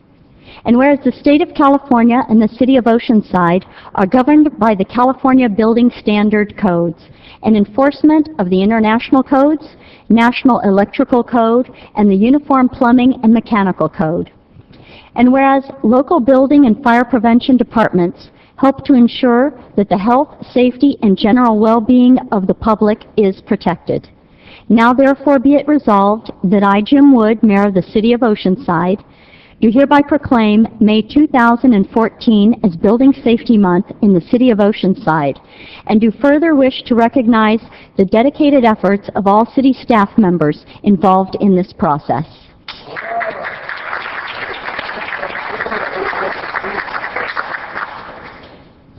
Honorable Mayor, members of the council, I'm George Buell, Development Services Director, and as a group together with Development Services, which oversees building planning and engineering, we're here to bring attention and honor to our building staff within our department.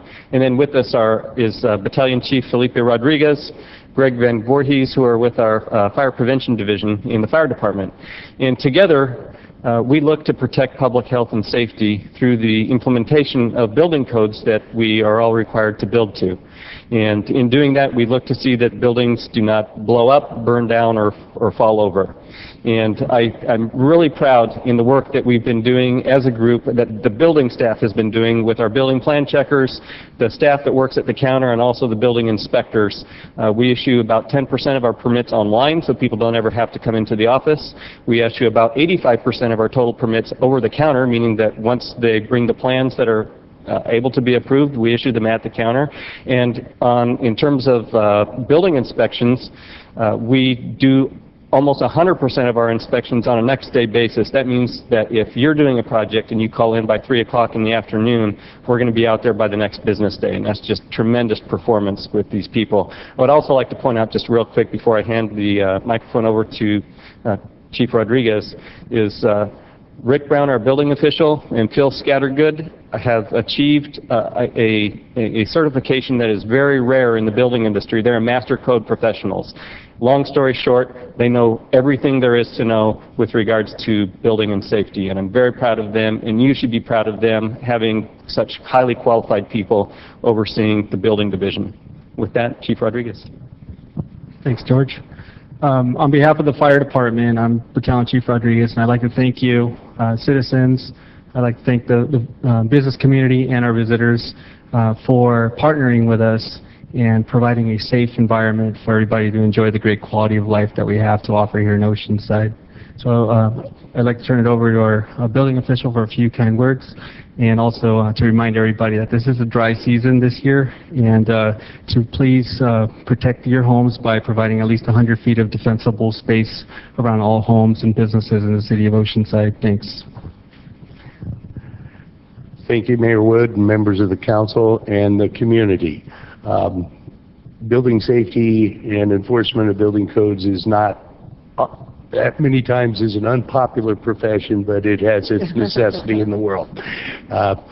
We here in Oceanside, our staffs, both fire prevention and building safety, strive to provide information, to be approachable, to be sensitive to people not understanding the nuances of these very complex regulations that currently number 5,500 pages.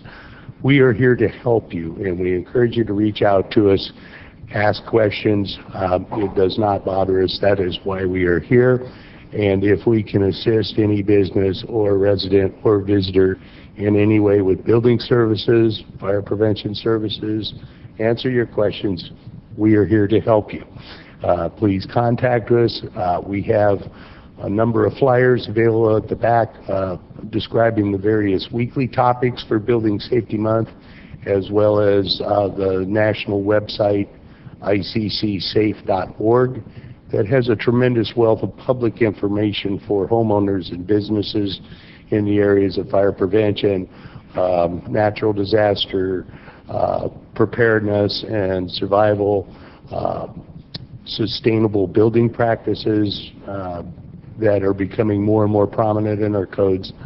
But most importantly, I just want to thank the hardworking staff of the building division as well as our colleagues in fire prevention. And despite those tough days we have with some people, we are here to help and make sure that everybody has safe, usable buildings, whether for doing business, recreating, sleeping, or whatever else may be going on in our city.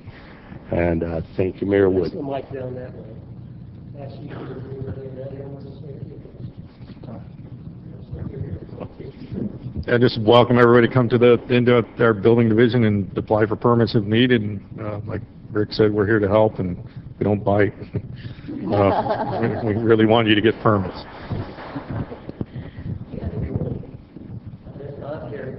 I'll get a picture. Real quick, I picked a couple of lovely ladies out of the audience. Could you stand by your dad, please, for me? Oh, there he is.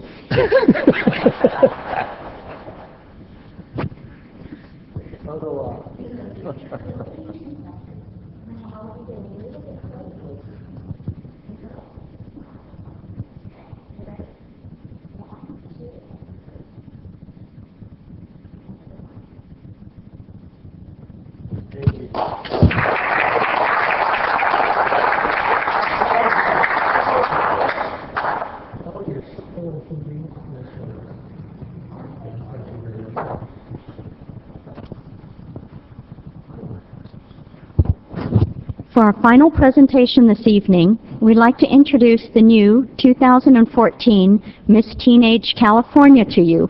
She happens to be Oceanside resident, Alexa Morgan, who is also our Miss Fire Prevention USA.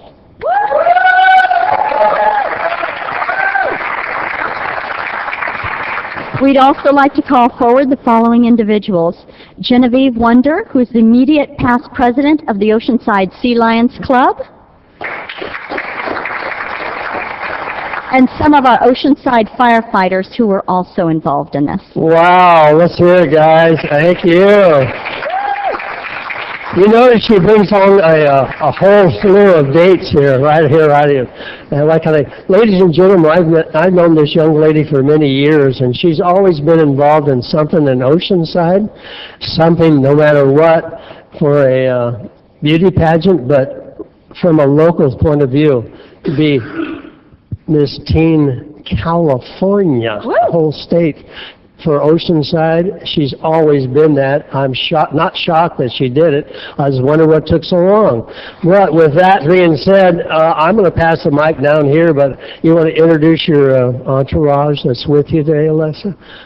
You guys want to introduce yourself? Tell a little bit about yourself. A little louder. My name is Dan Sherman, recent Academy graduate from Academy 9 for the Oceanside City Fire Department. Hi, my name is David Pepsney, new hire to Oceanside Fire Department, and we're very proud of Miss Fire Prevention. I'm Drew Francis, also recent Academy graduate for the Oceanside Fire Department. My name is Casey Chattel. I'm a recent graduate as well. My name is Gabe Jasmer, new probationary firefighter, and congratulations. I'm Kyle Kruthauth, along with these gentlemen. I work down at Station 1 with this firefighter. And I'm Tim Scott, firefighter here for 9 years, and also the representative from the Oceanside Firefighter Association. We'd like to thank Alexa for all her hard work and dedication that she's given to us this last year. She's attended over 70 events for us, and we look forward to continuing to work with her.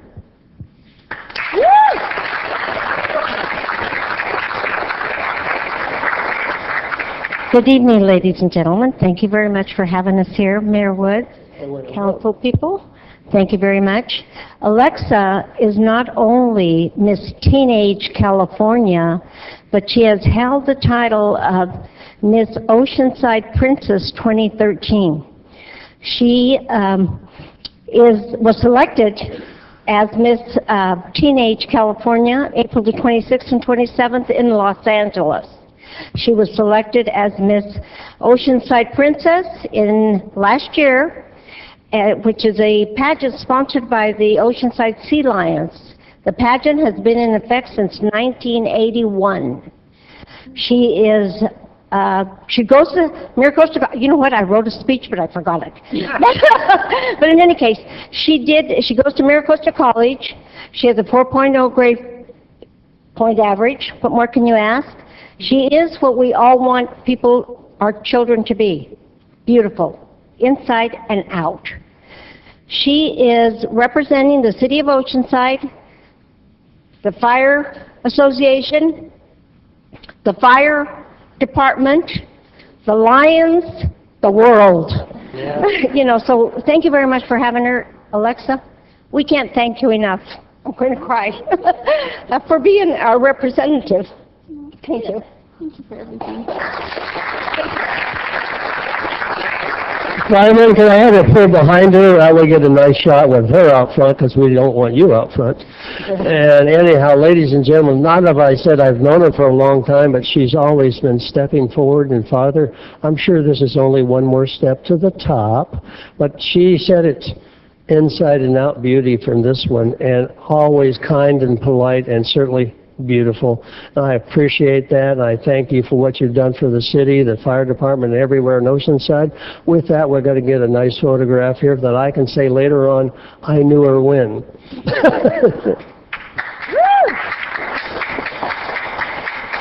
We can have Mom come up and take a picture too.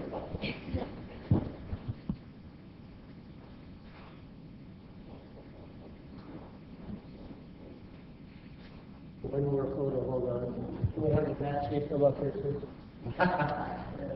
They can take it for her.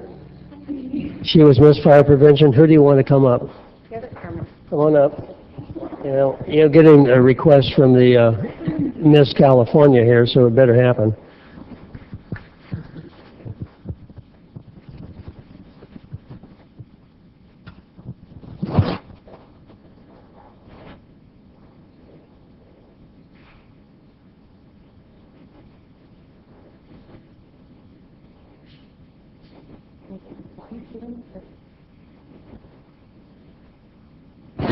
Let's hear it from Miss Teen California. Thank you.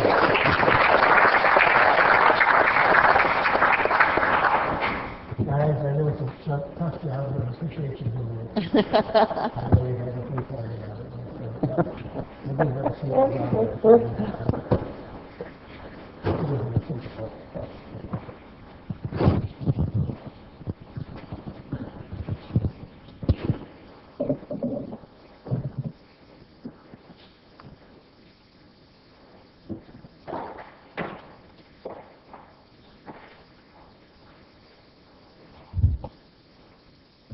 Thank you all.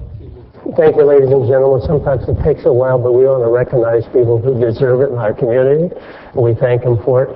Fire department guys, hey, thanks a lot. I appreciate you taking your time out to do such a tough task. Somebody had to do it, and I appreciate you guys.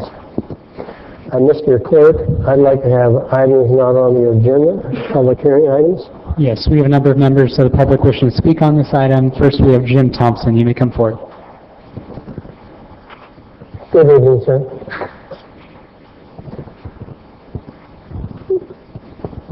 I'm Jim Thompson, 1492 Dover Street, Oceanside, which is a senior community on the northeastern portion of the city, out by Mr. Kern's area in the Pilgrim Creek Estates. On March the 6th, our community held a CPR class given by the Oceanside Fire Department. There was these gentlemen that stayed just a little bit longer.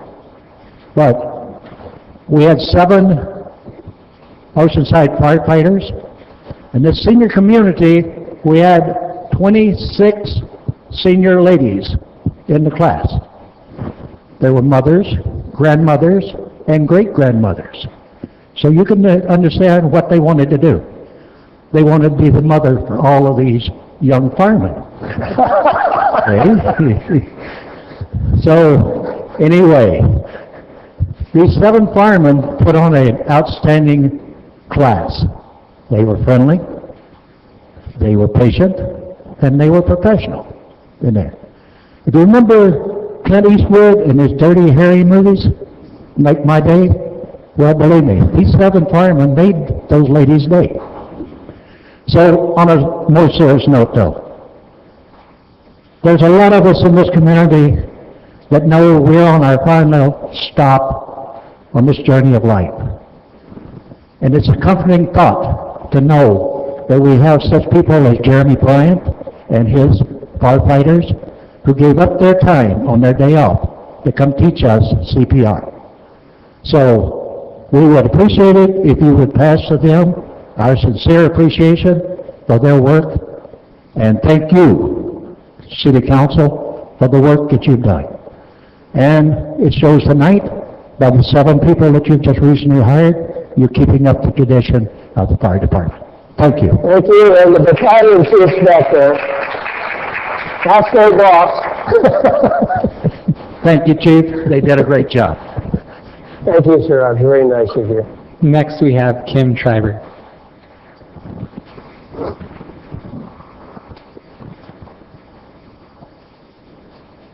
Good evening.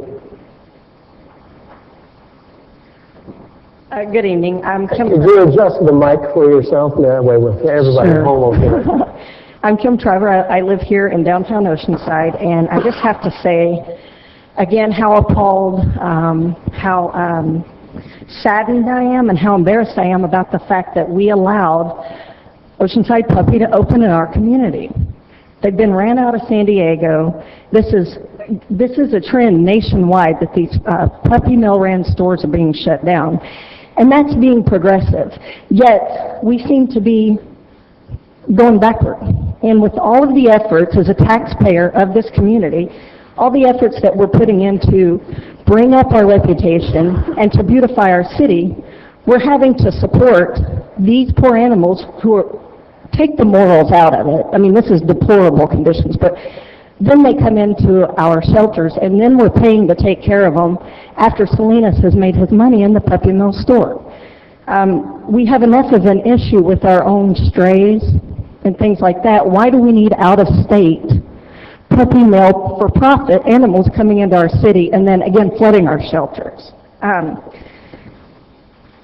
I really, really feel that we depend on our lawmakers to protect us from certain things.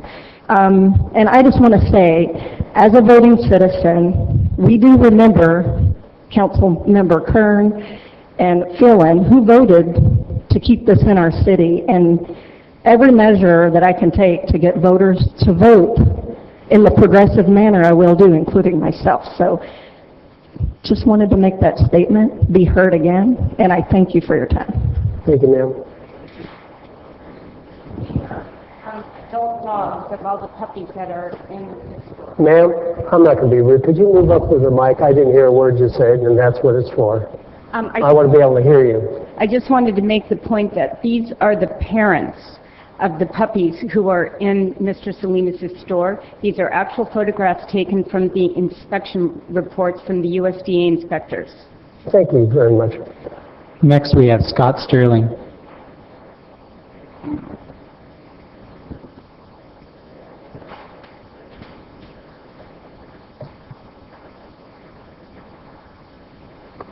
Good evening. Good evening. I'm Scott Sterling. I'm a homeowner in Oceanside. I'm a business owner who buys a conspicuous amount of materials and equipment out of Oceanside. And I'm not here to lecture you on the morality of this evening. I've consecutively spent 24 years serving on community boards. I'm now part of the Buena Vista Lagoon Foundation, and I've been through annual elections for what seems like forever. One thing I can tell you about this, it isn't going to go away. These people are not paid performers like the Hunt Corporation. These are true believers. These people go every week and protest. They've managed to gather media attention, not only print, but televised. They have interviews. And if I was facing re-election, truly I would not want these people carrying placards saying, "Do not re-elect these councilmen because they believe in animal cruelty." And that's really the word that's going out. So for the sake of community harmony, betterment of our community, the salvation of our animals, the end of cruelty, let's reconsider our position on whether or not we want to stand behind the kind of businesses that perform cruel acts. Thank you. Thank you. Next, we have Tony Davis.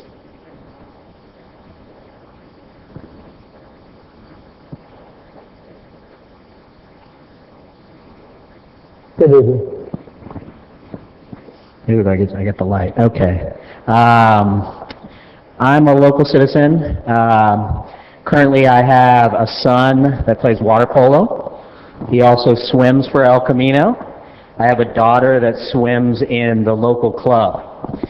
And I've been looking at this for some time, but I realized how old Brooks Pool was as I get more and more info. In fact, it's so old it's hard to get an exact date of when it was built. And I feel between Brooks and Marshall we have a real lack of a solid swimming facility for a city of our size, a coastal city of our size, and that we're really lacking there. I believe earlier you guys approved repairs to or opening Marshall for the summer, which is good, so we'll have Brooks and Marshall. But really I think it's time to kind of look at something a little more serious in being a part of water polo and swim clubs. You see these other cities and the programs they have are amazing. And all of it is at the core of having a decent facility that's not 50 years old. And frankly, a facility that's actually the right size for swimming. The Brooks facility was built, I believe, what I hear, at a different length because they believed that was going to change as far as Olympics and things like that. So it's the wrong size. So when El Camino swimmer swims there for CIF, they can't count the time because the size of the pool is wrong. It's that old.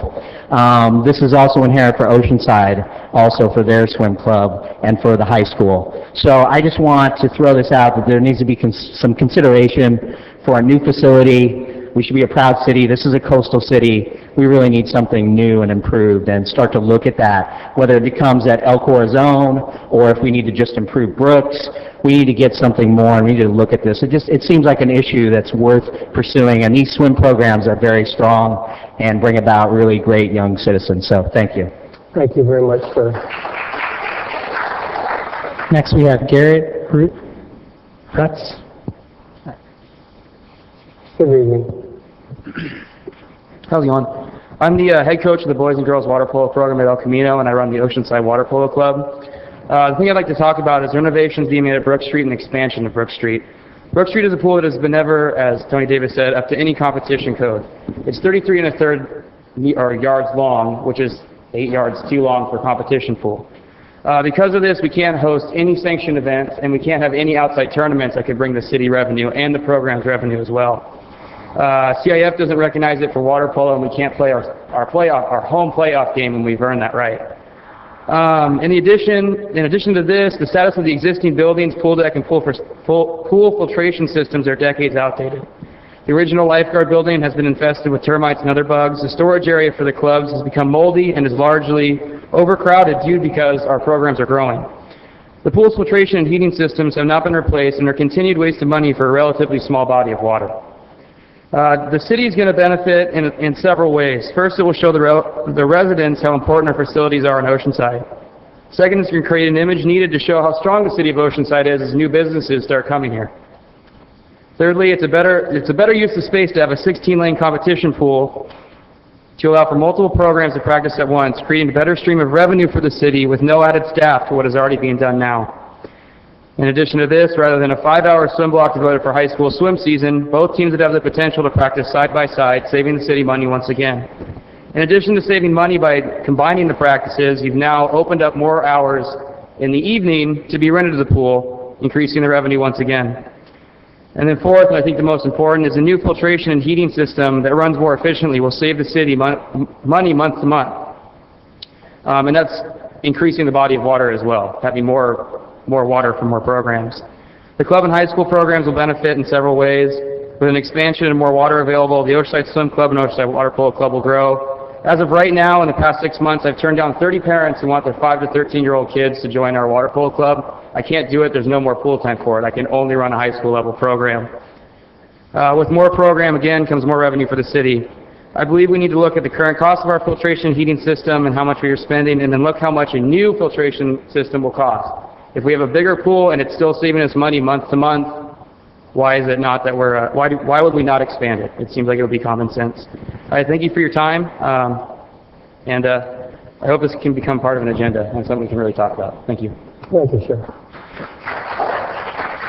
Next we have Midori Hatakeyama Simovich. Common spelling. Good evening. Good evening. Thank you for the time.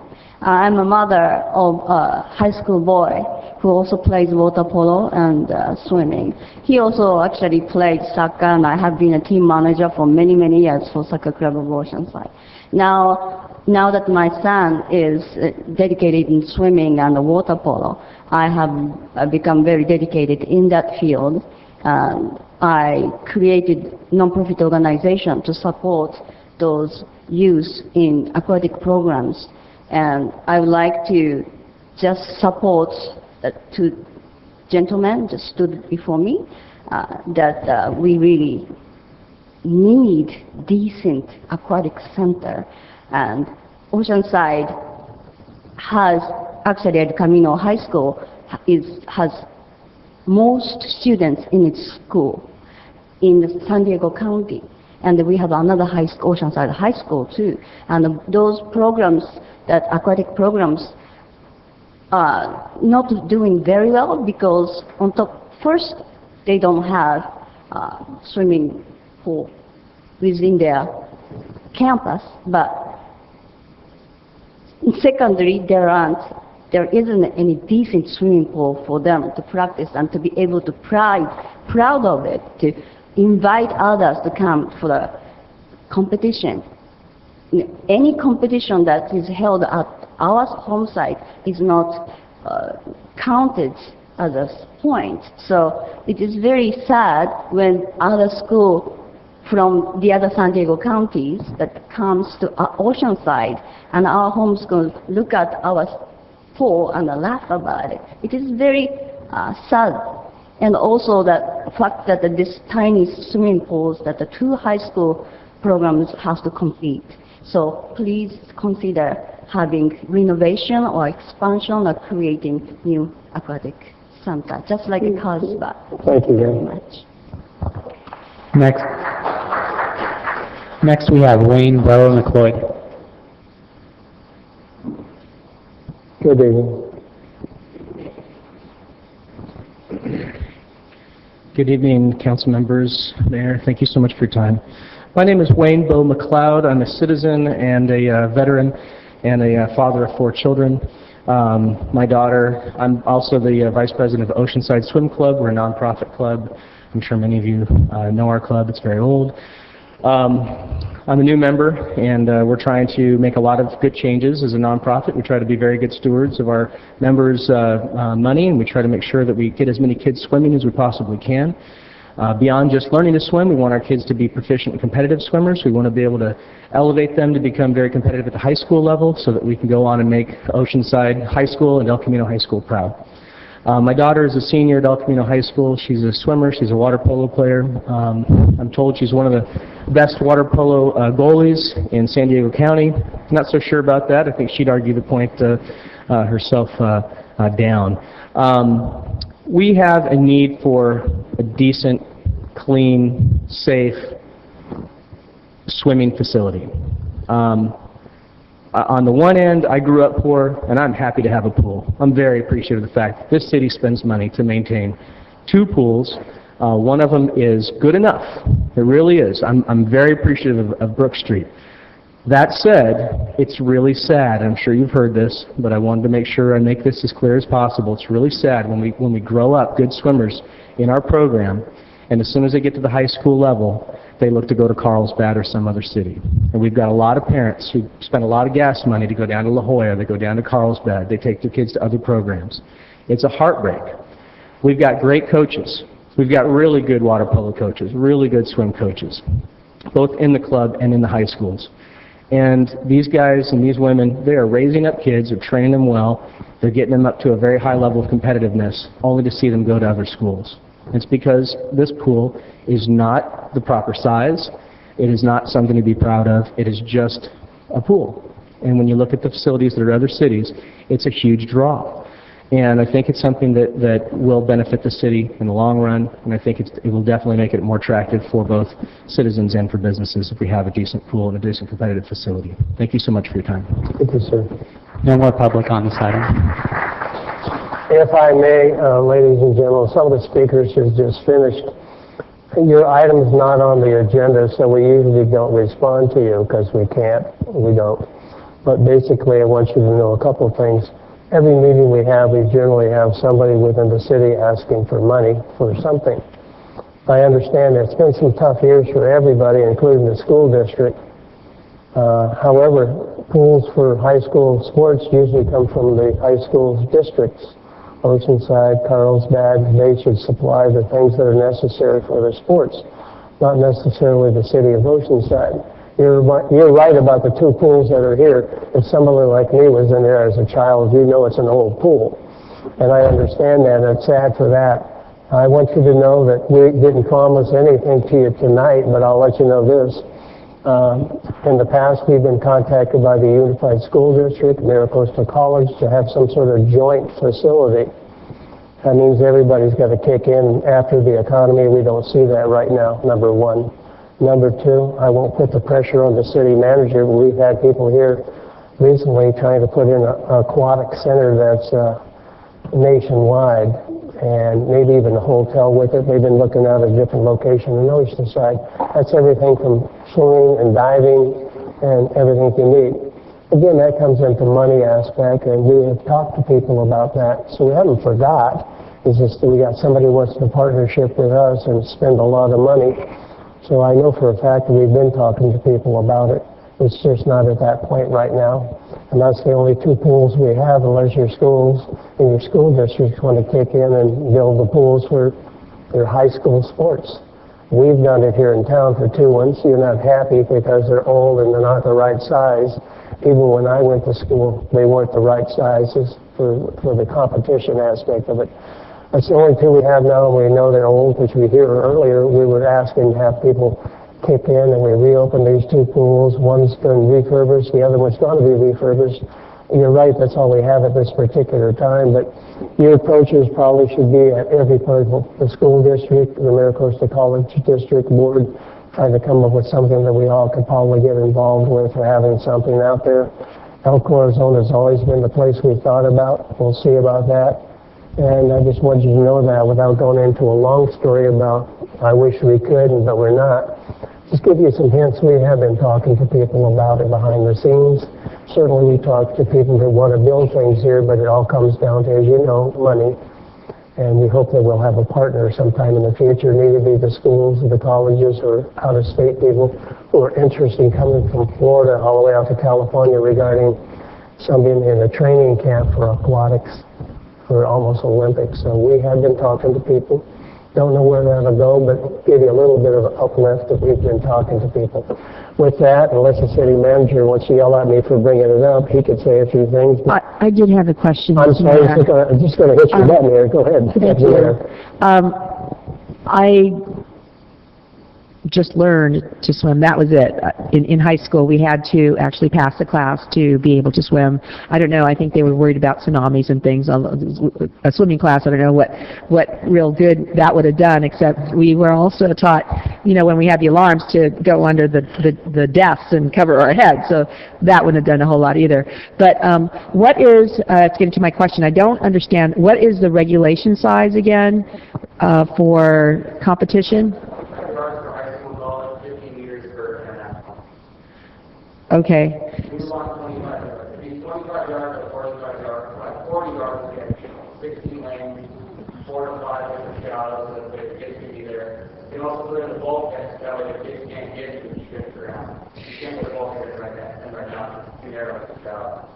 Right, so I know we're doing some renovations at Brooks.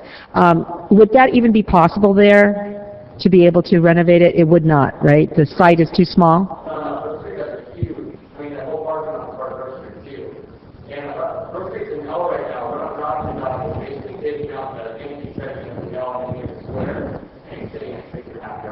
Okay. Well,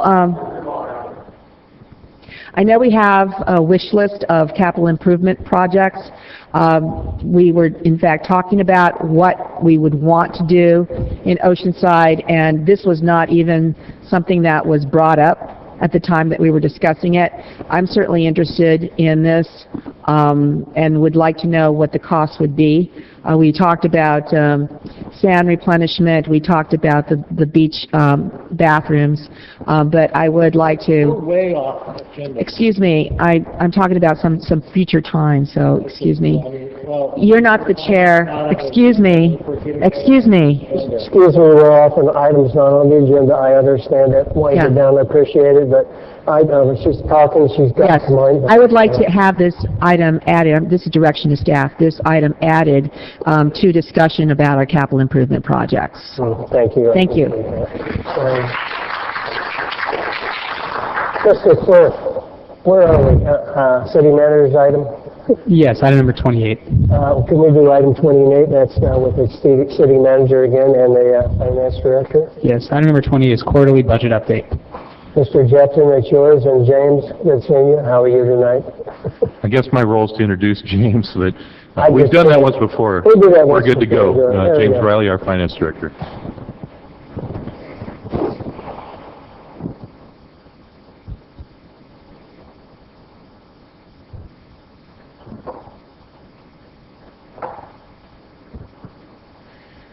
Good evening, Honorable Mayor and City Council members. I'm James Riley, the Financial Services Director, and I'll be presenting to you the financial status report for the third quarter ending March 31st, 2014.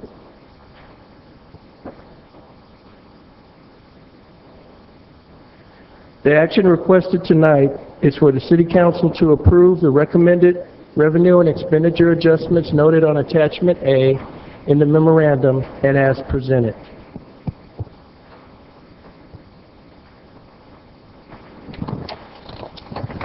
We're looking at a positive third quarter.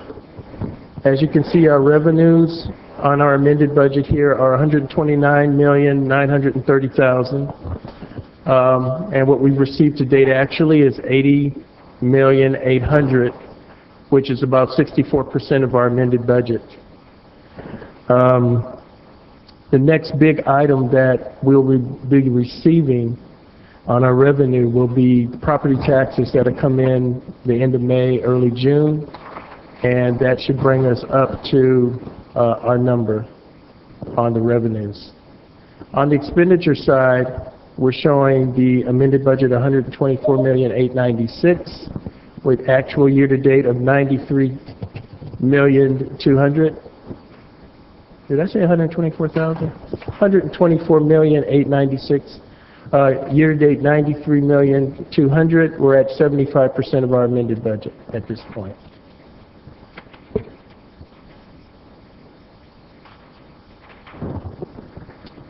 What you see here is a summary of the Attachment A for the general fund, which shows our increases of $1.4 million for the third quarter and in our revenues. And our expenditures, we're just looking for a $96,000 increase in expenditures, which shows a net increase of revenues of $1.3 million. And that's our recommendation, is to increase the general fund by that $1.48 million, increase expenditures by $96,000 for a net increase of $1.38 million. And that concludes my presentation, and I'm available for any questions. James, thank you very much. Have a seat at the sidebar, please, and I'll let Mr. Jepson finish up there if you have any questions. Sir, do you have any issues before we see if there's public? Mr. Mayor, council members, no, I don't. Obviously, we're doing more robust on the revenue side, but I want to remind you that we're in the third quarter and you've already added $3.8 million to the budget that you approved last July. When we come back to you, I expect that we'll have some capacity to talk about some things.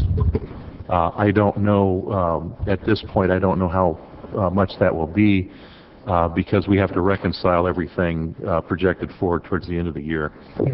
But I'm more optimistic about where we are than I would have been last year.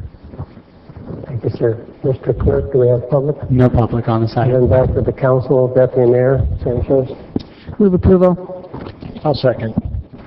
Mr. Kern, your light's on. To do this with the approval, or do you have comments? No, the only question I have, obviously things are going fairly well. And so our out-year projections are still rosy, or any warning signs on the horizon? I know some of the property values have flattened out in the last 4 or 5 months, and this is a year-over-year projection, so. Right. And it seems like sales tax is coming back a little bit stronger than I expected. I don't know what you're expecting. Yes, it's coming back very well. Okay, well, good. Well, thank you.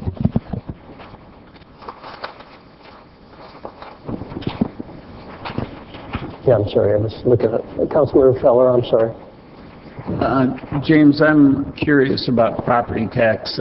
It seems like there are fewer and fewer vacancies within the city, and where this property tax this is a yearly or semi-annually comes into our account. Is that how that works? Yes, we normally get property tax twice a year. We get it in December, January. Mostly it ends up in January, and then we normally get the rest of it in May. However, throughout the year we get supplemental revenue that comes in related to property taxes if there's been a change of ownership and therefore the appraised value has gone up, and so then they send out supplemental bills and we get that information throughout the year. Do you expect more money in December or more money in late May? It's normally about the same. Basically, if you think about your property tax bill, you can make 2 payments on it, one in December, one in April. It's basically about half of, that whole total, so that's kind of how it comes in. And without me having to find it on this chart, without my eyes are bothering me tonight, but could you tell me how much property tax we receive a year? For the year? Yes. Let's see. We show that year to date we've received $28,600,000. Okay. Thank you.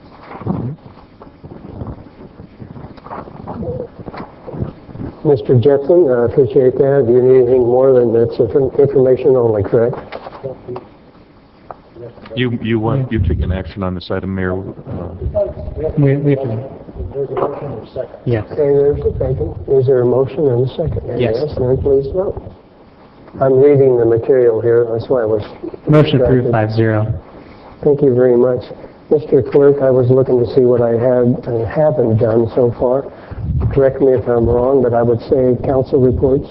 Council reports are left. Thank you. I guess I'm first. What I'll say real quickly for everybody out there is a reminder that this weekend is Heritage Park Day. It happens this Saturday, May 10th, from noon to 4. Parks and Recreation. This is a Parks and Recreation fundraiser for the up-and-coming summer concerts that everybody loves. This is how we raise money to have concerts in the park. So it's going to be a series hosted by the City of Oceanside about all the different parks and all the different events. So May 10th from noon to 4, fundraiser, Heritage Park. Also, there's a new event out there. The model train railroad is now at Heritage Park. We're fixing that up. It's pretty nice for all the kids. Also, I want to say in advance, Happy Mother's Day for those ladies here in Oceanside. And you'll remember the event. It's Mother's Day. Anyhow, other than that, I've been at a lot of things, doing a lot of different things, and I'm sure everybody else in the council has. Had really hot days for a while, and some rain, and then other things, and I think my allergies are responding accordingly. But with that, thank you. That's all I have. Be careful, be safe, and that's it for the night for me. Deputy Mayor Sanchez. Thank you. Well, I would like to take this time to give some thanks. We had 2 big events. Well, there were actually more than that, several big events. But I wanted to highlight at least 2 of them. The first one, Dia del Niño, Day of the Child. This has become an annual event. It's either in its 10th or 11th year at Valderrama Park. Started with a few ladies who said, you know what, we need to we need to honor our kids. We need to make them realize and understand and accept that they are the most important thing in our lives, that this is our future, that we want to, they were very much involved with creating the Eastside Neighborhood Association, the first board of directors, and this is the one thing that they wanted to do with all their hopes and dreams, is to show the kids how important they are. This year was no exception. It was a wonderful, wonderful event, and it continues to be a wonderful event because the Eastside Neighborhood Association has been able to partner with several of our nonprofit organizations in Oceanside. For example, we had both Rotaries, Oceanside Rotary and San Luis Rotary clubs, their members stayed the entire event, helped with the heavy lifting. We want to thank you so much for doing that. We also had the Kiwanis. They've attended every single year, I believe, and providing an invaluable service, ensuring the safety of our kids. We had the bookmobile, the Oceanside bookmobile, Oceanside Public Library bookmobile with Splash. We had Tri-City Medical Center. We have Miracosta. Oh my gosh, we had Dr. Rodriguez dropped by. He's on his way out, as we all, fortunately, we're losing him to down to Los Angeles. But he gave such an inspirational talk to our kids, and they really, their just mouths were just, hanging there to know that they were talking to, that the person who was talking was so eloquent in both English and Spanish. We had the migrant education program, Organizing for America. Vista Community Clinic, who's does the Project Reach program. We had, Carmela Munoz, who has been working through the Vista Community Clinic as the organizer for the Eastside Neighborhood Association, and I think she's in her 14th year doing that. The Humane Society, Brother Beno's Foundation, AA Escondido Chapter, Ballet Folklorico with Luis Oseguera, TJ, he's always really great, does a great job, Miguel Padron, Wayne Godinay did his cup stacking, and last but not least, our Oceanside Police Department. We had several officers there. It's just so phenomenal to see this really great relationship going on between the kids, the families, and our police officers. There was also, this past month was Earth Month, and we had several events throughout the month. But I want to highlight the partners for this. In fact, we had the largest Earth Day fair in North County, here in Oceanside.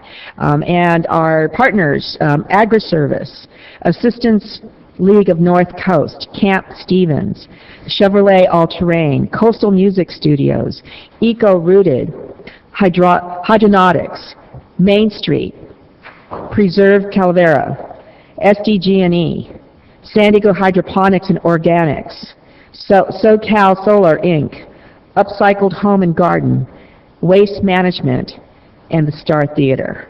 That's just to name a few. And this year especially, I want to say, they also teamed up with Days of Art. So we had Days of Art Saturday and Sunday, and Earth Day Fair was on Sunday. So you really couldn't tell. It was just one whole block of, actually two whole blocks going down Pierview Way, and then another block. Well, actually 3 blocks. It was 3 blocks, thinking, okay, 1, 2, 3, 4 blocks altogether. It was just a wonderful event, and I certainly did end up buying some pieces of art. You had to add, all of the things that were on sale had to be made by the artists that had the booth. So I just am very, very appreciative of all the artists that we have, the local artists. Colleen Foster, who I want to thank her especially for her work in organizing Earth Month and all the activities that we had. We had also had a mixer with Main Street. Main Street was front and center though on our fair, so thank you very much. The other thing I wanted to report is that I did attend the Harbor and Beaches Advisory Committee meeting, and one of the things that they're looking at doing is we are looking at as a city is to hire a new harbor master.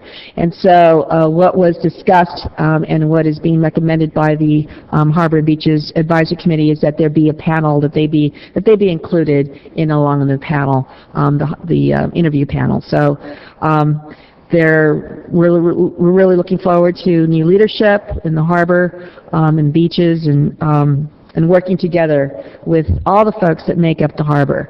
As we know, as you probably know, the slip fees, the fees that are paid by those that have boats there at the harbor, that accounts for something like 75% of the budget, of the income going to the harbor. So these are folks who are, absolutely integrally involved in the harbor, in wanting to make it the best harbor all around, and to ensure that the next person that takes up the leadership is going to be someone that we can all be proud of. And I also want to join the mayor in wishing all mothers, godmothers, grandmothers, aunts, happy Mother's Day. Thank you. Councilmember Feline. Thank you. As the mayor mentioned, there's all kinds of events always going on, and had a chance to attend some of them. One I'd like to point out was the reopening of the Shabbat Jewish Center that was opened in the honor of Moshe and Lillian Tabersinik. I apologize for any mispronunciation there, but that was a wonderful ceremony to attend. Also, I'd like to second the enthusiasm for the Model Railroad Association that opened at Heritage Park. And I think this is such a wonderful win-win situation for both the park and the Railroad Club, because I think they will have a chance to grow on each other, and I believe the club will draw attendance to the park, which is probably the most unknown jewel that we have in the city of Oceanside that the public doesn't attend, and I would encourage everyone to have a chance to go down there. And I was specifically enamored by the Railroad Club because I've certainly had an HO set since I was a kid, and I have a Disneyland and Santa Fe set that I'm told would have been quite valuable had it stayed in decent condition. But for anyone out there who saw the last seeds of how the West was won, the train scene, will have some idea of what my set went through and why it no longer holds the value it might have. Also, we had a great Easter egg hunt at Buddy Todd Park and Balderrama Park. Main Street had a spectacular mixer at the Spring Hill Suites. Of course, our Spring Hill Suites is one of our premier locations downtown, part of the rebuilding of our downtown area and making it the place to be. It was great to attend the annual congressional lunch held by the San Diego Regional Chamber of Commerce, where all 5 of our local congressmen spoke on the big issues of the day and how they plan to solve all the problems of the world by the end of the congressional session. It's always an honor to attend our employee recognition lunches, or events that we have with the police department, honoring the great work our employees do at the police department. On a personal note, I'm proud to say that on Monday, May 5th, my wife Karen and I celebrated our 30th wedding anniversary, and made it 30 years. I had a minister ask me if I wanted to renew my vows. I said I would only do it if I got to have the word obey in the ceremony so I could be in charge for the next 30 years. So, on a sad note, my cat, our family cat Snowflake, is getting ready to go to the great scratching post in the sky. He's 19 years old. I hope any of you see Karen out in the community, give her some words of encouragement. She's been now reaching the point where we're having to hand feed the cat with broth and water, so we're getting near the end, and dog Lucky, he's getting long in tooth as well, so he's our second rescue dog that we've had. But Snowflake is coming to the end there, so it's going to be a sad moment when it comes. But thank you. Councilmember Feller. Thank you. I did attend Cameron Malauulu's Eagles Scout award ceremony. I I think maybe they were remiss in not getting invitations to all of us, but anyway, it's nice. It's Casey Malulu's second son who's received this high honor, and good for them, that's for sure. We have the tourism summit tomorrow morning at Spring Hill Suites, and I'm glad it's probably out in the open where the mayor can't damage anything with the beach ball when he hits it, like in the museum. So I'll try not to break my toe on it. We got a pancake breakfast for the Boys and Girls Club on the 10th. I did want to say a couple of kind words today for George Buell. This was his last council meeting, I think. 23rd. Yeah. Do we have a council meeting between? It's a workshop next week, so anyway, we don't have the opportunity really to, other than I just think he did a terrific job for our city, and we could have we will really miss his insight into the entire process that we go through in the development services. He's a great addition. I did want to ask the city manager, and I know we had a great Green Week and green celebration downtown, but the Sunday extension of that over on the Tremont and Pierview was not well received by the businesses. Maybe some of the drinking establishments, but the businesses like Dorothy's Military did complain that that's their busiest day, and we shut down access to them. And we're not totally, maybe we didn't notify them of the that it was going to be an inconvenience, but we should probably check on that in the future. And the last thing is, I want to wish Happy Mother's Day to my mother, and my mother and dad were here for the first hour of the meeting and got their laughs and left. But Happy Mother's Day to my mother, my mother-in-law, my wife, all 3 daughters and a granddaughter, and all mothers. So happy Mother's Day, Barbara. And that's all I have. Thank you. Councilmember Kern. Thank you. I won't repeat everything that was said here, but I did attend most of those events from the Regional Chamber of Commerce and Dia Los Niños and the Days of Art, both days, because I was a schlepper. I had to set up and break down for that. The one thing I want to highlight, 2 things I want to highlight. One is the Veteran Association in North County had a health and wellness fair that was very well attended, and the idea that we're trying to bring Vance, Veteran Association North County, and trying to really help them because they serve a lot of veterans. We have more veterans in North County than probably any other region of the nation.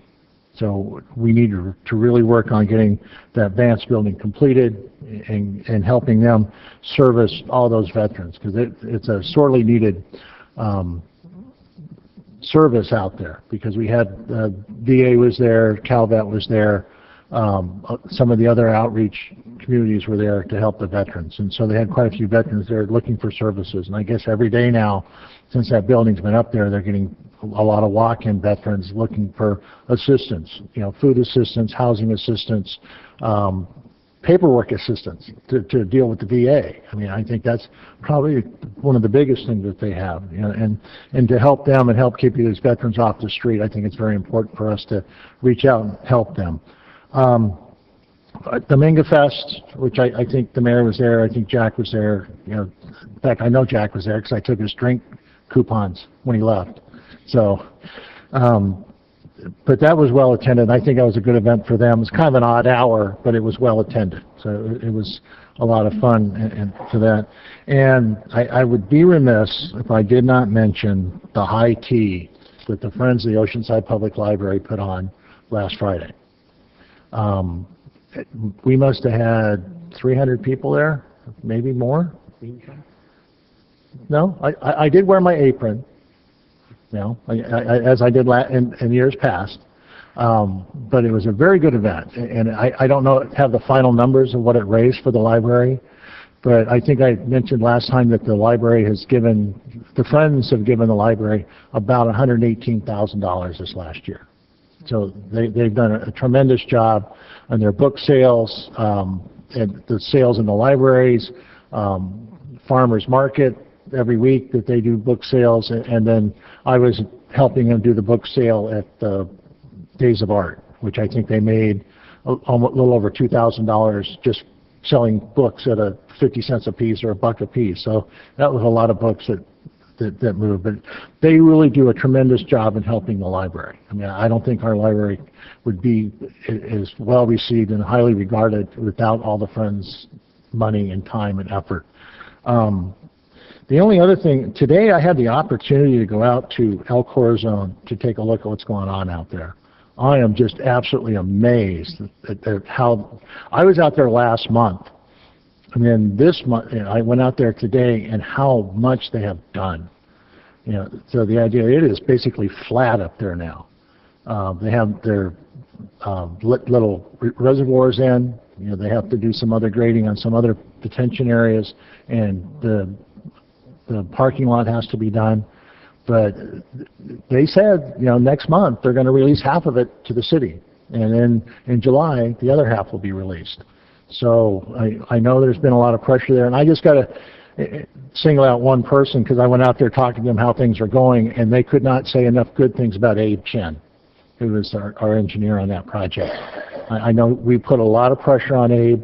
Doug Edow has done a tremendous job too, but Abe's the guy that's out there with them almost every day, making sure things get done in the proper manner. So, and they were very complimentary of Abe, so I just like to pass that along to everybody to do that. And again, happy Mother's Day for everybody. I guess I'll join in the chorus here. So, thank you. What is the workshop next Wednesday? Mayor, what is the workshop next? Well, you're going to adjourn to this workshop. Yeah. What is it on? That's, I don't know. Adjourns to Mayor Council Workshop. What? I have no idea. I don't have it here with me.